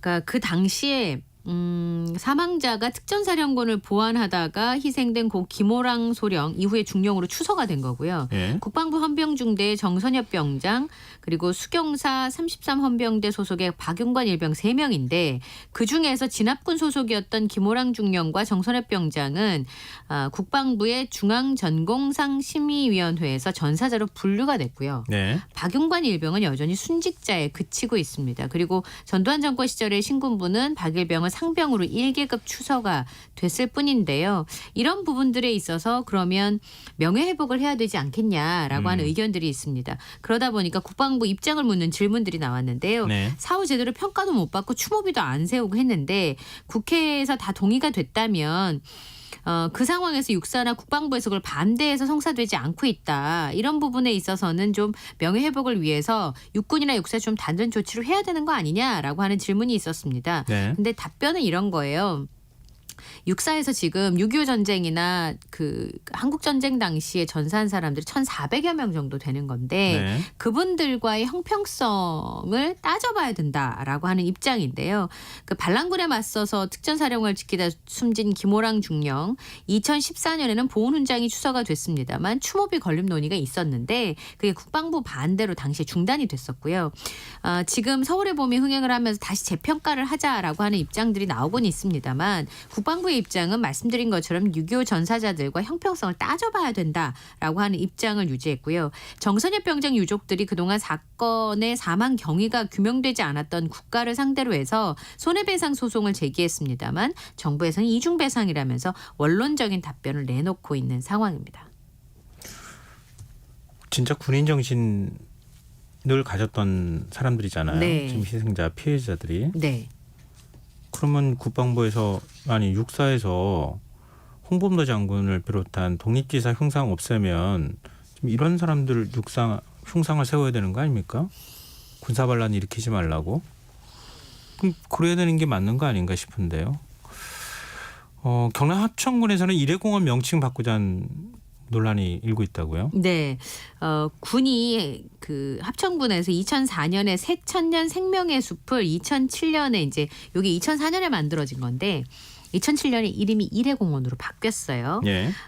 전두환 전 대통령이 아호고 군민의 자긍심 고취와 대외적 관심도 제고를 위해서 이름을 바꾸고 관광명소로 조성하겠다고 그 당시에 밝혔는데 그래서 시민사회단체와 5.18 관련 단체들이 전두환 전 대통령이 국민적 지탄을 받고 있는 인물이라서 반대를 했습니다. 그런데 군에서 이제 설문조사를 해가지고 네. 51.1%가 찬성했다라는 이유로 명칭을 변경했죠. 그리고 친필 표지석도 세워져 있고요. 그 표지석 뒤편에는 전두환 대통령이 출생하신 자랑스러운 고장임에 임을 후세에 영원히 기념하고자 표지석을 세웁니다라고 하는 문구가 새겨졌습니다. 근데 이후에도 명칭 변경 논란이 있었죠. 인터넷 카페 회원들이 일회공원 지킴이 릴레이 시위를 2007년 8월에 했고요. 명칭 변경을 주장해온 생명의 숲 되찾기 합천국민운동본부는 서명을 받아서 공원 명칭을 변경하자 주민청원을 발의한 끝에 변경 여부를 합천군 지명위원회가 심의하기도 했는데 네. 뭐 결론은 양측 주장이 대립이 돼서 새로운 이름을 제정하는 것이 적합하지 않다 이렇게 부결이 됐습니다. 그런데 최근에 이제 지지부진하던 상황에서 서울의 봄이 흥행을 하면서 이 논란이 다시 불붙고 있는 겁니다.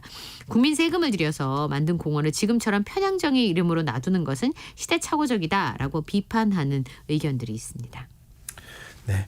자, 지금 여러분께서는 KBS 라디오 김성환의 시사회와 함께하고 계십니다. 밤참석에서 이어가겠습니다. 마약 투약 혐의로 기소된 배우 유아인 씨 오늘 첫 재판이 있었어요. 네. 유아인 씨가 대마 흡연만 인정을 하고요. 프로포폴을 포함한 불법 투약에 대해서는 사실과 다르다고 부인을 했습니다. 재판을 앞두고 유아인 씨는 검은색 옷차림으로 등장을 했는데 본인을 인해서 크게 실망하고 피해를 본 분들에게 죄송하다라는 말씀을 전한다라고 고개를 숙였습니다. 하지만 법정에서는 대마를 흡연한 것 이외의 혐의에 대해서는 부인을 했는데요. 유아인 씨 측의 주장은 이런 겁니다. 프로포폴 관련 공소 사실은 일부 사실과 다르거나 과장된 부분이 있어서 사실관계와 법리를 깊이 있게 검토할 필요가 있다라고 주장을 했습니다. 대마 흡연 교사, 증거인멸 교사 혐의에 대해서 검찰과 다퉈보겠다고 말하기도 했는데요. 네. 법정에서는 유아인 씨 질문을 묻는 재판부의 질문에 배우입니다라고 답은 했지만 다른 발언은 하지 않았고요. 30여 분간 재판이 끝난 뒤에도 유아인 씨 측에서는 알려진 혐의에 대해서 사실과 다른 부분이 많다면서 재판을 통해서 소명하겠다고 말했습니다. 하지만 대검찰청 마약과장과 고등법원 부장판사 출신의 전관 출신 변호인단에 대한 질문이 나오자 네. 말을 아끼기도 했는데요. 현재 유아인 씨가 받고 있는 혐의는 2020년부터 작년까지 서울 일대에서 181차례 의료용 마약을 투약했고요. 44차례에 걸쳐서 수면제 1,100여 정을 불법 처방받는 등의 혐의로 지금 재판에 넘겨졌습니다. 두 번째 재판은 유아인 씨 측의 요청으로 내년 1월 23일에 열릴 예정입니다. G드래곤 권지용 씨 수사는 어떻게 되는 거예요? 권지용 씨 수사는요. 사실 뭐 새로운 혐의가 발견되지 않는다면 이대로 끝이 나야 될 것 같습니다. 그러니까 뭐 지금 뭐 온몸에 채모까지 다 해가지고 지금 다 검사했는데 음성이잖아요. 다 음성으로 나온 거잖아요. 네, 그러니까 그 권지용 씨에 대해서 객관적인 검증을 했고 참고인 주소도 맞춰서 수사가 지금 마무리 단계에 들어가고요. 조만간 이제 결론을 발표해야 되는 상황인데 경찰에서 서울 강남에 위치한 유흥업소 실장인 A 씨의 진술을 근거로 해서 지난해 12월에 마약을 투약한 것으로 의심을 하고 수사에 들어갔습니다. 네, 알려진 바와 같이 간이 시약 검사나 국립과학수사연구원의 정밀감정에서도 마약의 음성 판정을 받았는데요. 정황 증거도 지금 없는 상황이기 때문에 뭐 지난번에는 결론 날 때까지는 모든 가능성은 열려 있다는 원론적인 얘기를 하긴 했습니다만 네. 만약에 마약을 투약한 사실에 대해서 혐의로 기소 지금 수사를 하고 있는 건데 다 음성 나오면 사실 송치하는 거는 맞지 않다. 이렇게 얘기를 하고 있습니다. 이성균 씨는 어떻게 되는 거예요? 이성균 씨는 추가 소환 방침을 밝혔는데요. 마약 투약 혐의와 공걸 고소 사건이 두 갈래로 진행 중이긴 합니다만 별건이 아니기 때문에 함께 조사하고 있다는 취지이고요. 그리고 이성균 씨가 이 A 씨를 공갈 협박 혐의로 고소를 했습니다. 그래서 우선 구속 송치한 다음에 공갈 혐의 등에 대한 수사를 이어가고 있는데요. 사실 지드래곤의 경우에는 이 유흥업소 실장이 진술을 번복했어요. 네. 그러니까 처음에는 마약을 했다는 취지의 발언을 했었는데 나중에는 직접 마약을 한 것을 보지는 못했다. 그리고 지드래곤과 함께 유흥업소를 찾았던 또 다른 배우가 했을 수 있다. 이렇게 지금 말을 바꾼 상황이기 때문에 네. 추가로 무언가 나오지 않으면 사실은 이 권지용 씨의 경우에는 무혐의 처분을 받을 가능성이 굉장히 높은 상황이고요. 그리고 이제 문제는 무혐의가 유력하긴 합니다만 인기 가수가 마약 사건에 연루됐다라는 사실만으로도 이미지 타격이 굉장히 큰 상황이기 때문에 네. 지금 지드래곤 소속사를 이제 옮겼거든요. 네. 그래서 앨범 작업을 몰두하고 있다라고 하는 전언들이 이어지고 있습니다. 뭐 작업을 제대로 하겠어요. 지금 이런 분위기에서 굉장히 어수선한 상황일 텐데 네. 뭐 우리가 얘기를 했지만 내사 단계에서 언론에 이게 흘러나가서 네. 결국은 나중에 무혐의 처분 받으면은 지드래곤의 명예는 누가 회복시켜 줄 건가. 또 역으로 생각하면 수사는 오기로 하는 게 아니거든요. 그럼요. 그러니까 증거로 수사를 해야 되는데 네. 그 증거를 잡지 못하면 경찰은 지금 사실 망신당하는 상황이 돼버리는 거잖아요. 네. 그거 피하기 위해서 억지로 뭔가를 만들려고 하면 또 안 되겠다. 그럼요. 그런 생각이 드네요. 자, 다음 수로 가보겠습니다. 오늘 서울 날씨는 좀 맑긴 했는데 강원도 지역에는 어제부터 뭐 폭우 폭설이 막 겹쳐서 내렸어요. 그러니까 폭우면 폭우, 폭설이면 폭설이어야 그러니까 되는데 겨울에 지금 이게 무슨 일인지 모르겠어요. 강원도 산간지방에는 추우니까 폭설이 내리고요. 그 산간지방이 아닌 지역에는 비가 너무 많이 왔는데 산간 지역에는 대설특보가 내려진 가운데 이틀 동안 70cm가 넘는 눈이 내렸습니다. 폭설이 내려진 산간 지역과 달리 상대적으로 기온이 높은 강원도 동해안 지역에는 장마철처럼 기록적인 폭우가 쏟아졌는데 삼척이 사흘 동안 230mm가 넘는 비가 내렸어요. 네. 강릉과 속초도 100mm 안팎의 강수량을 기록을 했습니다. 이건 이제 대관령, 강릉, 태백의 경우에는 기상 관측한 이래 12월 하루 기준으로 제일 많은 비가 내렸습니다. 강원 지역에는 12월 사상 첫 번째 호우특보가 내려졌고요. 호우특보와 대설특보가 동시에 발령된 건 이번이 처음인데 그러면 왜 이런 폭설과 폭우가 12월에 유례없이 발생하느냐. 고온 현상 때문에 저기압을 몰고 다니는 저기압이 많은 수증기를 몰고 온 데다가 강원도 영동 지방에 지형적인 효과가 겹쳐서 지금 기온이 낮은 강원 산지는 눈이 내리고 기온이 상대적으로 좀 높은 곳은 비가 내리는 그런 상황인데요. 심지어는 비하고 눈이 많이 내리니까 인제 31번 국도랑 삼척의 416번 그 지방도의 경우엔 낙석이 발생하기도 했습니다. 근데 이러다가 이제 눈비가 얼어붙으면 네. 운전하실 때 굉장히 위험하실 수가 있습니다. 아니 내일 아침에 기온이 뚝 떨어진다면서요. 예, 많이 춥겠습니다. 대관령이 영하 5도, 서울은 1도로 오늘부터 3도에서 7도가량 떨어질 것으로 보이고요. 내일 전국에 가끔 구름이 많다가 점차 흐려지기 시작하겠습니다. 동해안에는 너울성 파도 소식도 있으니까 특별히 주의하셔야 될 것 같고요. 네. 내일 아침 서울은 1도, 춘천 영하 3도, 대구 1도까지 떨어지겠습니다. 낮에도 서울은 11도, 광주 15도, 부산은 16도 안팎까지 오르기 때문에 건강관리에 특별히 유의를 하시고요. 주후반에는 비 소식이 있고요. 휴일부터는 영하 10도 안팎의 맹추위가 이어진다고 합니다. 일단 대비 좀 철저히 해야 될 것 같습니다. 예. 경남 진주시가 3년 전 발급한 주정차 위반 과태료 부가고지서를 최근에 발송을 했다고요? 예, 이게 받아도 그때 그랬는지 어떤지 뭐 확인이 안 되는 상황인데요. 이미 이제 기억도 안 날 텐데. 예, 과태료를 냈었을 수도 있는 그런 상황입니다. 예. 2020년 7월부터 작년 12월까지 체납된 주정차 위반 과태료 37,000여 건에 대해서 사전통지서를 지난달부터 최근까지 발송을 했다고 합니다. 금액은 14억 원이나 된다고 하는데요. 네. 실제로 과태료 처분은 사전통지서를 등기우편이나 일반 우편으로 이용해서 보낸 다음에 미납된 건에 대해서는 일반 고지서를 보내는 순서인데 사전통지까지 우편을 통해서 했는데요. 네. 왜 그랬는지는 모르지만 절차가 지연이 돼서 일반 우편 절차를 통해서 사전통지가 늦어졌다. 이게 전주시가 설명한 방법입니다. 그런데 아직 법적으로는 과태료 시한이 남았기 때문에 통지를 안 할 수는 없는 입장이다라는 건데요. 시민들은 황당하죠. 과태료 처분이 2년 지나서 받는 게 맞는 건지 담당자가 바뀌면서 찾아서 보냈다는데 이건 엄연한 업무 태만 아니냐 이런 주장도 있었고요. 실제로 과태료 통지를 못 받고 있다가 한꺼번에 주정차 위반 과태료를 내라고 하니까 항의하는 시민들도 있습니다.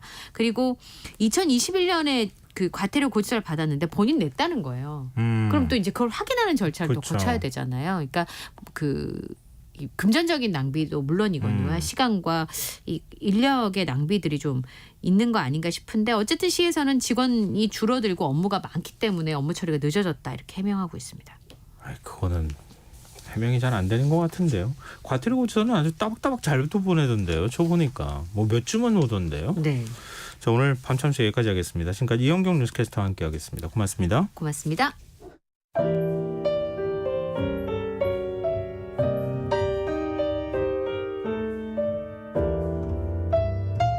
내일의 품격 김성환의 시사야에서 챙겨가세요.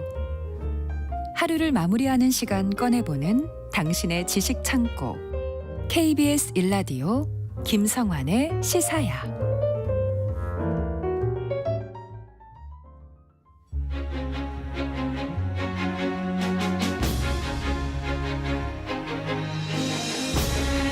올해 고고학계와 역사학계는 유독 기념할 만한 일이 많은 한 해였습니다. 백제 금동대학로 발굴 30주년, 신라 천마총 발굴 50주년, 정전협정 70주년에 백제 무령왕 서거 1500주년까지. 그런데 놀랍게도 이게 다가 아니라고 합니다. 올해는 1975년 발견된 신안 보물선이 중국에서 출항한 지 700주년이 되는 해이기도 합니다. 현재의 역사, 오늘은 신안 보물선 인양과 관련된 알려지지 않은 비밀 이야기를 나눠보도록 하겠습니다. 이기환 히스토리텔러 나와 계십니다. 안녕하세요. 안녕하세요. 그러니까 올해가 이렇게 뭘 이렇게 기념할 만한, 특히 이제 100자리로 떨어지는, 뭐 10자리 맞아요. 떨어지는 한 해예요. 꺾이는 해라 그러잖아요. 네, 근데 더 있어요. 또 있어요? 예, 고려도경을 쓴 송나라 사신인 서긍이 고려를 방문한 지 900주년이 되는 날이고, 그리고 엊그저께 개막 행사를 벌였는데 국립중앙박물관이 요새 며칠 됐습니다. 조선조 영조 즉위 300주년을 맞이해서 이제 특별전을 열고 있는데요. 그런데 이제 영조 즉위는 1724년이기 때문에 올해에서 내년까지 이렇게 걸쳐가서 혹시 또 나중에 소개할 기회가 있으면 소개해드리고요. 네. 그다음에 고려도경 900주년, 이것도 사실은 뭐 이해가 가기 전에 한번 전해줄 수 있으면 전해드리겠습니다. 오늘은 신안선 700주년 이야기를 해야 되는데요. 얼마 전에 신안선 출항 700주년을 기념하는 국제학술대회까지 열렸었거든요. 근데 신안선 발굴은 뭐 워낙 유명한 그렇죠. 사건이었잖아요. 네. 근데 이게 굉장히 우연한 기회에 발굴을 했던 거라면서요. 그렇습니다. 전남 목포에서 서북쪽으로 40km 떨어진 곳에 보면 신안군 증도라고 섬이 있습니다. 시루섬이라고 하는 섬인데요. 네. 1972년에 어느 날에 그 고기를 잡던 어민 최 씨의 그물에 갈기 4개가 달린 쇠닷이 걸려 올라왔습니다. 길이가 2m 30cm 정도 되고 무게가 140kg이 되는 굉장히 대형 닷이었거든요. 그래서 이 최 씨가 이 닷을 이웃 주민 박 씨에게 건네서 뭐 니네 그 정치망 어장 그물추를 써라 이렇게 얘기를 했대요. 네. 박 씨가 이제 2km 떨어진 죽도 해역까지 그 닷을 끌고 가서 어장의 그물추로. 그물추 썼어요. 그렇습니다. 그 용도는 당시에 뭐 전혀 알 수가 없었던 거잖아요. 뭐 그 어느 배의 것인 거는 분명한데 그 어느 배 것이라는 것은 상상도 못했던 그렇죠. 일이죠. 근데 3년 뒤인데 1975년 8월 20일이었습니다. 증도 방충리 앞바다에서 조업 중이던 어부 최영근 씨의 그물에 청자 꽃병을 비롯한 중국제 도자기 6점이 걸렸는데요. 이 최 씨 역시도 이 도자기를 대수롭지 않게 생각을 했어요. 그래서 사실은 이 해역에서 보면 1950년대 뭐 이전부터도 어민들의 그물에 곧잘 이제 중국제 청백자 이런 것이 걸려 올라왔는데 아무도 눈여겨 보지 않고 그냥 이 도자기를 요강 혹은 뭐 개밥그릇 이렇게 사용했다라고 하고 뭐 혹은 엿바꿔 먹고 뭐 이랬다라고 하는데요. 그나마 이 최영근 씨는 이 인양한 도자기를 그냥 집 그 마루 밑에 이렇게 넣어두었다라고 합니다. 이건 천만다행이네요. 그렇죠. 어디로 갔는지 종족도 찾을 수가 없었을 거 아니에요. 그렇습니다. 이게 천만다행이라고 볼 수가 있는 건데 이게 해가 바뀐 1976년 1월에 초등학교 교사였던 동생 최평호 씨라는 사람이 형 집을 찾아와서 이제 마루 밑에 청자 이야기를 하니까 이거는 좀 이상한 거다. 그래서 이 최평호 씨의 뭐 또 초등학교 교사니까 아무래도 역사적으로 좀 이렇게 생각을 했던 모양이죠. 그래서 초기 발동을 해서 이 신안구청에 즉각 신고를 했는데 얼마 후에 또 다른 그 어부의 그물에 도자기가 걸리고 또 이런 소식들이 계속 파다하게 퍼지기 때문에 이 도굴범들이 또 이렇게 북적대더라 뭐 이런 거죠. 그래서 그해 9월에 도굴꾼 이모 씨가 청자 화병 등에서 122점을 인양해서 몰래 팔아넘기다가 구속되는 그런 상황이 벌어지거든요. 이런 사건들이 계속 터지니까 문화재청에서는 이거 안 되겠구나. 발굴단을 꾸려서 사상 처음으로 수중 발굴을 시작하게 되는 거죠. 꼭 이렇게 늦더라고요. 그렇습니다. 아주 미리 좀 발굴하면 안 됩니까? 꼭 도굴범들이 경험이 없었어요. 경험이. 그 당시 처음이었던 거죠, 이게. 그렇습니다. 그래서 이 경험이 없었기 때문에 이게 도굴꾼에게 길잡이까지 시켰다라는 거예요. 왜냐하면 바다니까 잘 모르는 어디가 어딘지 모르죠. 지점을 찾아도 그게 막 배가 왔다 갔다 그러기 때문에 지점을 못 찾아요. 도굴꾼은 잘 참고. 그래서 이제 뭐 감옥까지 갔다 왔던 도굴꾼한테 길잡이를 맡겼다 뭐 이런 묻지 못할 이야기도 있는데요. 어쨌거나 그런 우여곡절 끝에 발굴이 시작됐고 첫 발굴에서 청자가 52점 포함해서 112점의 도자기를 건져 올랐는데 이 발굴 소식을 듣고서 무릎을 친 사람이 뭐였냐면 그 맨 처음에 쇠닷을 인양해서 어망에 그물추로 사용했던 그런 박모 씨의 동생이었는데요.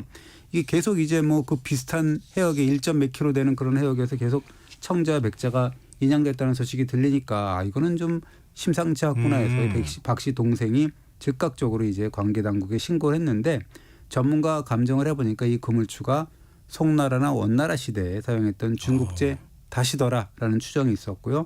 그 크기 아까 얘기했듯이 2m 30cm 그리고 뭐 무게가 140kg이었잖아요. 그래서 이 닷을 장착한 배는 200톤이 넘는 대형 선박이구나라는 것을 유추할 수가 있었죠. 근데 송원나라 시대는 조선 시대하고 고려 시대? 고려 시대하고 겹치는 건가요? 그렇습니다. 굉장히 오래된 거잖아요. 그렇죠. 닷이. 그러면 그 닷 정도를 사용할 수 있는 큰 배가 거기에 뭔가 자초되거나 그랬을 것이다. 그렇습니다. 그래서 짐작이 맞은 게 이게 그 발굴해 보니까 해저 아까 신안선 얘기라는 거죠.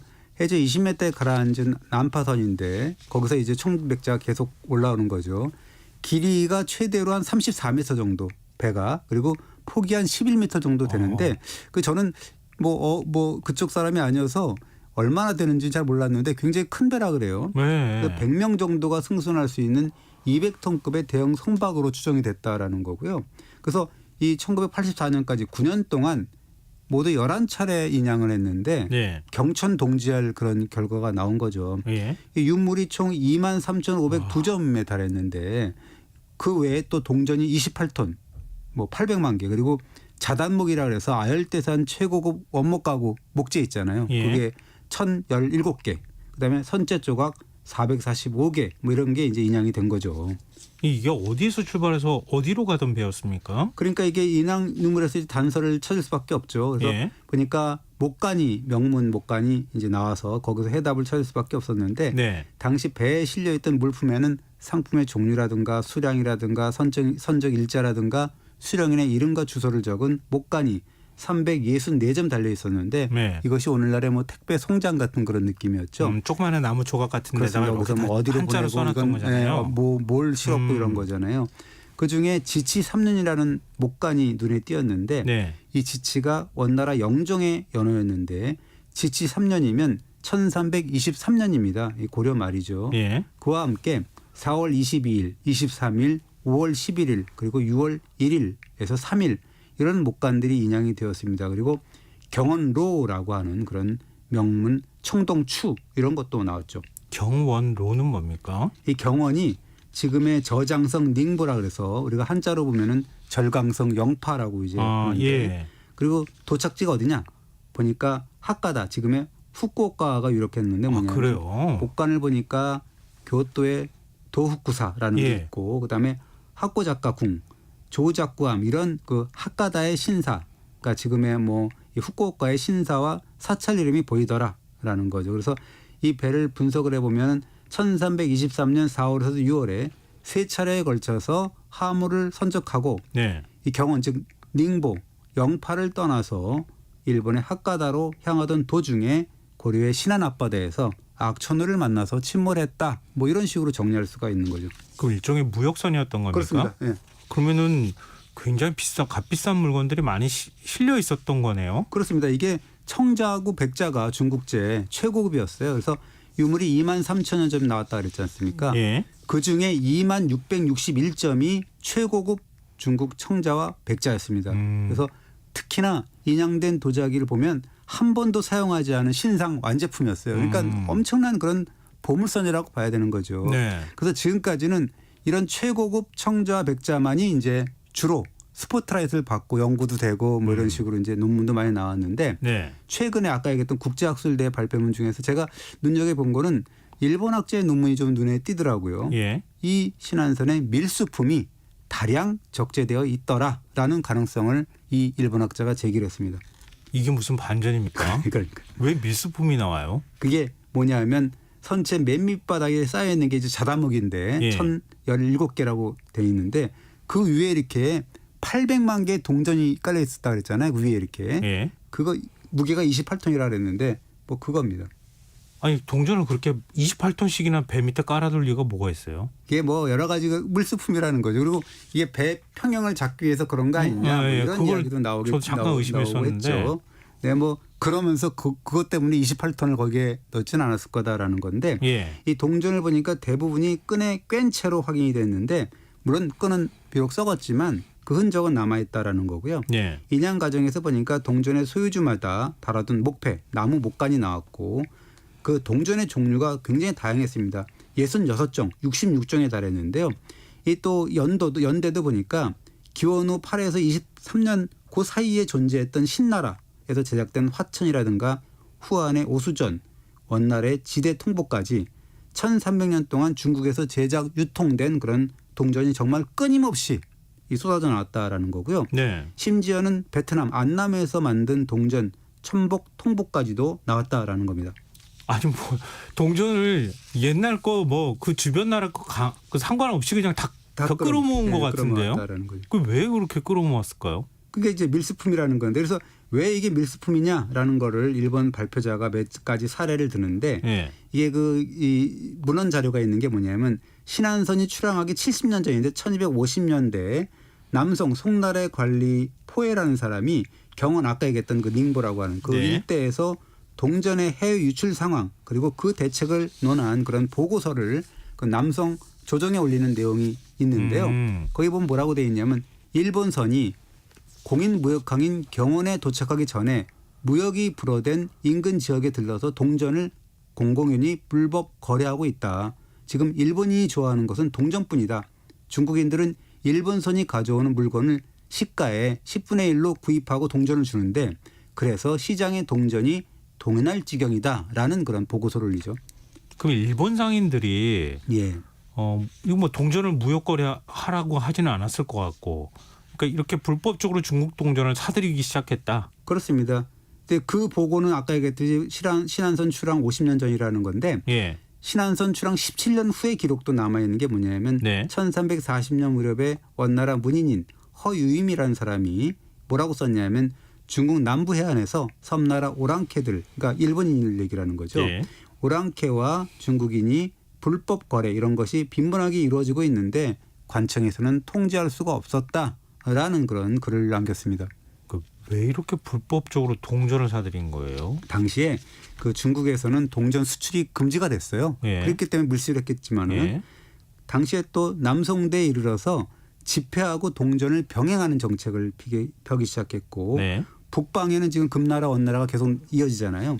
거기에는 또 동전 사용을 금지하고 뭐 동아시아사를 배우면 알겠지만 지폐 사용을 공식화하거든요. 네. 보초와 교초라는 지폐를 사용하게 되는데 그러다 보니까 이제 지폐를 사용하게 되니까 중국에서는 동전이 어떻게 보면 화폐의 기능을 잃게 된다라고 할 수가 있는 거죠. 그럼 화폐 기능 이런 동전을 왜 그렇게 일본이 싹쓸이 하듯이 가져가려고 그래요?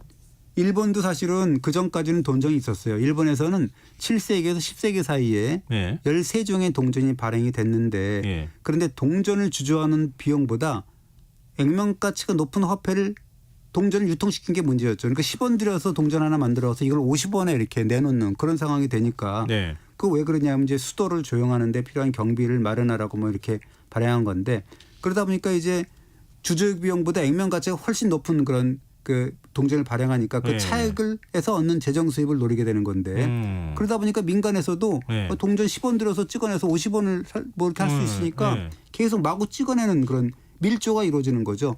위주 동전을 계속 찍어내는 거예요. 그럴 때마다 기존의 동전은 10분의 1로 이제 평가가 절하가 되고 그러다 보니까 일본에서는 동전이 화폐로서의 가치를 상실하게 되는데 결국 그래서 일본에서는 동전이 11세기 말이면 거의 유통되지 않는다라는 그런 기록이 있습니다. 그래서 중국 동전을 들여왔다. 그렇습니다. 그래서 정리하자면 중국에서는 동전이 수출 금지 품목이었지만 동전이 사라진 일본에서는 그 수요가 있다. 중국인들 입장에서는 시가의 10분의 1의 가치로 일본 물품을 살 수 있었다. 그러다 보니까 어떻게 됐겠냐? 동전의 밀수출입이 성행했다라는 거고 그리고 그 당시에 신안선이 출항했던 경원이라는 곳, 닝보라는 것은 공인된 무역항이었거든요. 그러니 그 경원항에서는 정상적으로 물품을 싣고 인근 지역에 돌아다니면서 동전과 같은 밀수품을 28톤이나 28톤이나 선적을 했다. 800만 개나 했다라는 것이 이제 이번에 일본 학자의 논문입니다. 그러면 일본은 그 동전 가져가서 녹여가지고 화폐를 찍어가서 진짜 화폐로 사용하긴 한 겁니까? 그럴 가능성도 있다라고 하죠. 지금 그 일본에서 출토되는 동전 보니까 낱개가 아니라 꾸러미 단위로 이렇게 묶여 있거나 묶여 있는 흔적이 보이거든요. 그 예를 들자면 100개씩 꿰인 한 꾸러미 10개를 모아서 한 관 단위로 이렇게 만들어서 유통시켰다라는 거고 신안선에서도 보면 66종의 다양한 동전이 인양됐지 않습니까? 일본도 보면은 그런 다양한 동전의 구성비를 어떻게 보면 되게 일정하게 맞춘 꾸러미당을 이렇게 맞춘 흔적이 보인다라는 거거든요. 그럼 뭔가 이걸 어떻게 해석해야 됩니까? 이렇게 딱 질서 있게 뭔가를 하려고도 했다. 일정한 비율로 꾸러미를 만들어서 단위를 일정하게 통일했다. 그리고 한 꾸러미를 주면 얼마다라는 그런 걸 딱 정해져 있다라는 그런 느낌인데요. 실제로 12세기에서 15세기 일본에서 수많은 중국 동전이 시중에 유통되고 있다라는 그림이 실제 그림이 있고 또 수입한 중국 동전을 사용했다라는 그런 토지 매매 기록도 1187년의 기록이 실제로 있거든요. 뭐 이런 그 실제로 사용했다라는 주장도 있고 그러나 단순한 화폐로만 쓰이지는 않았다라는 견해도 있습니다. 그러니까 밀수설이 있는 거고 그러면 다른 용도로도 수입했을 것이다. 그러니까 실제로 사용했을 것이다라는 것도 있지만 그렇게 사용한 게 아니라 그 청동 대부를 만들 때 불상을 만들 때 그 녹여가지고 조성했다라는 주장도 만만치가 않은 거죠. 싸게 그걸 사들 수 있었으니까. 그리고 왜냐하면 당시 중국에서 유통되는 동전은 그 동이 80%나 되는 굉장히 양질이었어요. 그래서 그 가치가 높았다라는 거여서 동전 10점을 녹이면 그 정년된 동 한 냥을 얻는데 그것으로 청동기를 만들면 5배 이익을 얻을 수 있다. 이런 그런 기록까지 있거든요.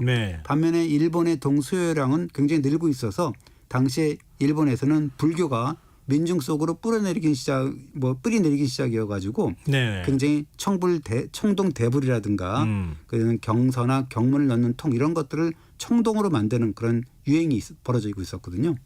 그러면은 불상하고 동전의 성분을 비교해 보면 알잖아요. 그렇습니다. 이것이 뭐 그냥 동전으로만 쓰였는지 아니면 청동 불상으로 쓰였는지는 뭐 불상을 성분을 보면 알잖아요. 그래서 그렇잖아요. 성분 분석을 했더니 일본의 3대 대불 중에 하나인 가마쿠라 대불 금속 성분을 분석을 하니까 굉장히 흥미로운 분석이 나왔는데 납성분이 한 20% 되더라라는 건데 이게 좀 의미 있는 분석인 게 뭐냐면 신안선에서 인양된 북송 시기의 동전 5개를 분석을 해보니까 납성분이 20%에서 좀 더 높은 뭐 40%까지 있더라라고 해서 신안선에서 출토된 북송 시기의 동전하고 가마쿠라 불상의 성분이 뭐 그렇게 크게 이렇게 차이가 나는 건 아니구나 비슷하구나라는 것을 알 수가 있었죠. 그럼 밀수설을 밀어내고 불상설이 설득력을 얻는 거 아닙니까? 그러니까 밀수는 기본적으로 한 거고 그거를 밀수는 동전으로 썼는지 그러네요. 아니면 불상으로 사용했는지 이런 거잖아요. 밀수는 했고 화폐로 썼는지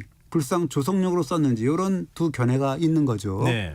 뭐 다 일리가 있어요. 그래서 요즘에는 수입된 동전의 일부는 화폐로 쓰고 일부는 또 청동 대불용으로 나눠 쓰다 이런 또 수정론이 이렇게 또 제기가 그 어떤 게 진실인지 잘 모르겠는데요. 어쨌든 동전을 녹여서 불상을 쓴다는 거는 조금 좀 이해하기 어려운 측면은 있어요. 그런데 이제 화폐로 쓰기보다 녹여서 다른 용도로 쓰는 게 더 가치가 있었다면 또 그럴 수도 있다라는 건데 그래도 뭐 100% 뭐가 맞는지는 모르는 거고 이번 학술대회에도 또 하나 관심을 끈 논문 하나가 있는 게 뭐냐면 자단목 아까 1117개가 나왔다 그랬잖아요. 이제 고급 목재라고 아까 하셨잖아요. 이게 인도, 뭐 동남아, 중국 남부가 원산지라고 하는데 굉장히 그 단단해가지고 그래서 뭐 고급 가구, 공예품의 원자재인데 여기 보면 자단목마다 이상한 부호가 이렇게 있어요. 한자 부호도 있고 또는 아라비아 숫자도 있고 뭔가 로마 숫자도 있고 뭐 이런 그 명문도 있고 여러 가지가 있는데 산 모양도 있고 삼각형 모양, 원 모양. 꽃무늬 이런 그 팔자 모양 뭐 이런 것들이 계속 있어서 이게 뭔지 굉장히 그동안에 수수께끼로 알려져 있었죠. 그 목재를 산 어떤 집안의 뭐 문양? 맞습니다. 뭐 맞습니다. 그래요? 네, 그거예요. 지금 정확하게 보셨는데 처음에는 뭔지는 몰랐는데 요번에 그 한국학자 논문이 보니까 주인공이 특정이 됐어요. 그 보면 문양을 보니까 뭐 이상한 문양이 있는데 이것이 보니까 가마쿠라 시대, 당대 시대인데 거기에 13, 14세기 그때인데 호조씨라는 그 가문. 맞아요. 제일 유력 가문. 아시카가 뭐 이런 가문. 여기에 문장하고 굉장히 비슷한 문장이 있더라. 그래서 아마 그 자단목이 이런 가문에 가지 않았을까라는 그런 예상을 하고 거기에 이제 논문이 나왔는데요. 거기를 보면 뭐 그런 이 문양도 있지만 마름모도 있고 세 개의 별, 동그라미 뭐 이런 문양도 있고 대길이라고 쓴 뭐 이런 문양도 있는데 보니까 당대 특정 세력 이런 세력들의 문양, 가문의 문양 이런 거로 우리가 추정을 할 수가 있다라고 이제 그런 논문이 발표가 된 거죠. 그러면 가마쿠라 막부 집안이 쓴 거네요. 그렇게 뭐 그럴 수 있다라는 거죠. 하기야 그 정도 나무를 수입해가지고 쓸 사람이 누가 있겠어요. 그렇습니다. 그래서 당대 지배자들이었겠지. 그러니까 어쨌든 이게 그 동안에는 뭐 이 청자나 백자 위주로 가다가 연구가 이제는 이제 동전이라든가 뭐 이런 자단목 이런 식으로 좀 생활사 뭐 이런 걸로 가기 때문에 또 어떤 논문이 나올지 한번 주목이 됩니다.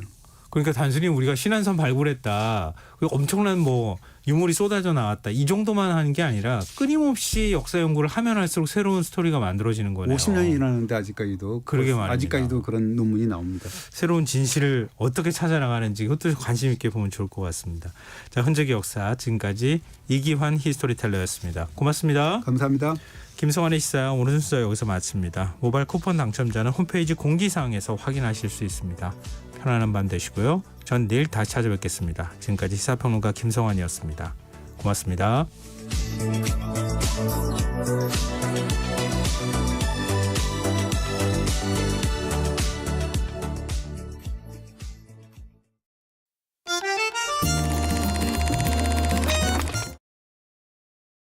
강유정의 영화관, 정여울의 도서관.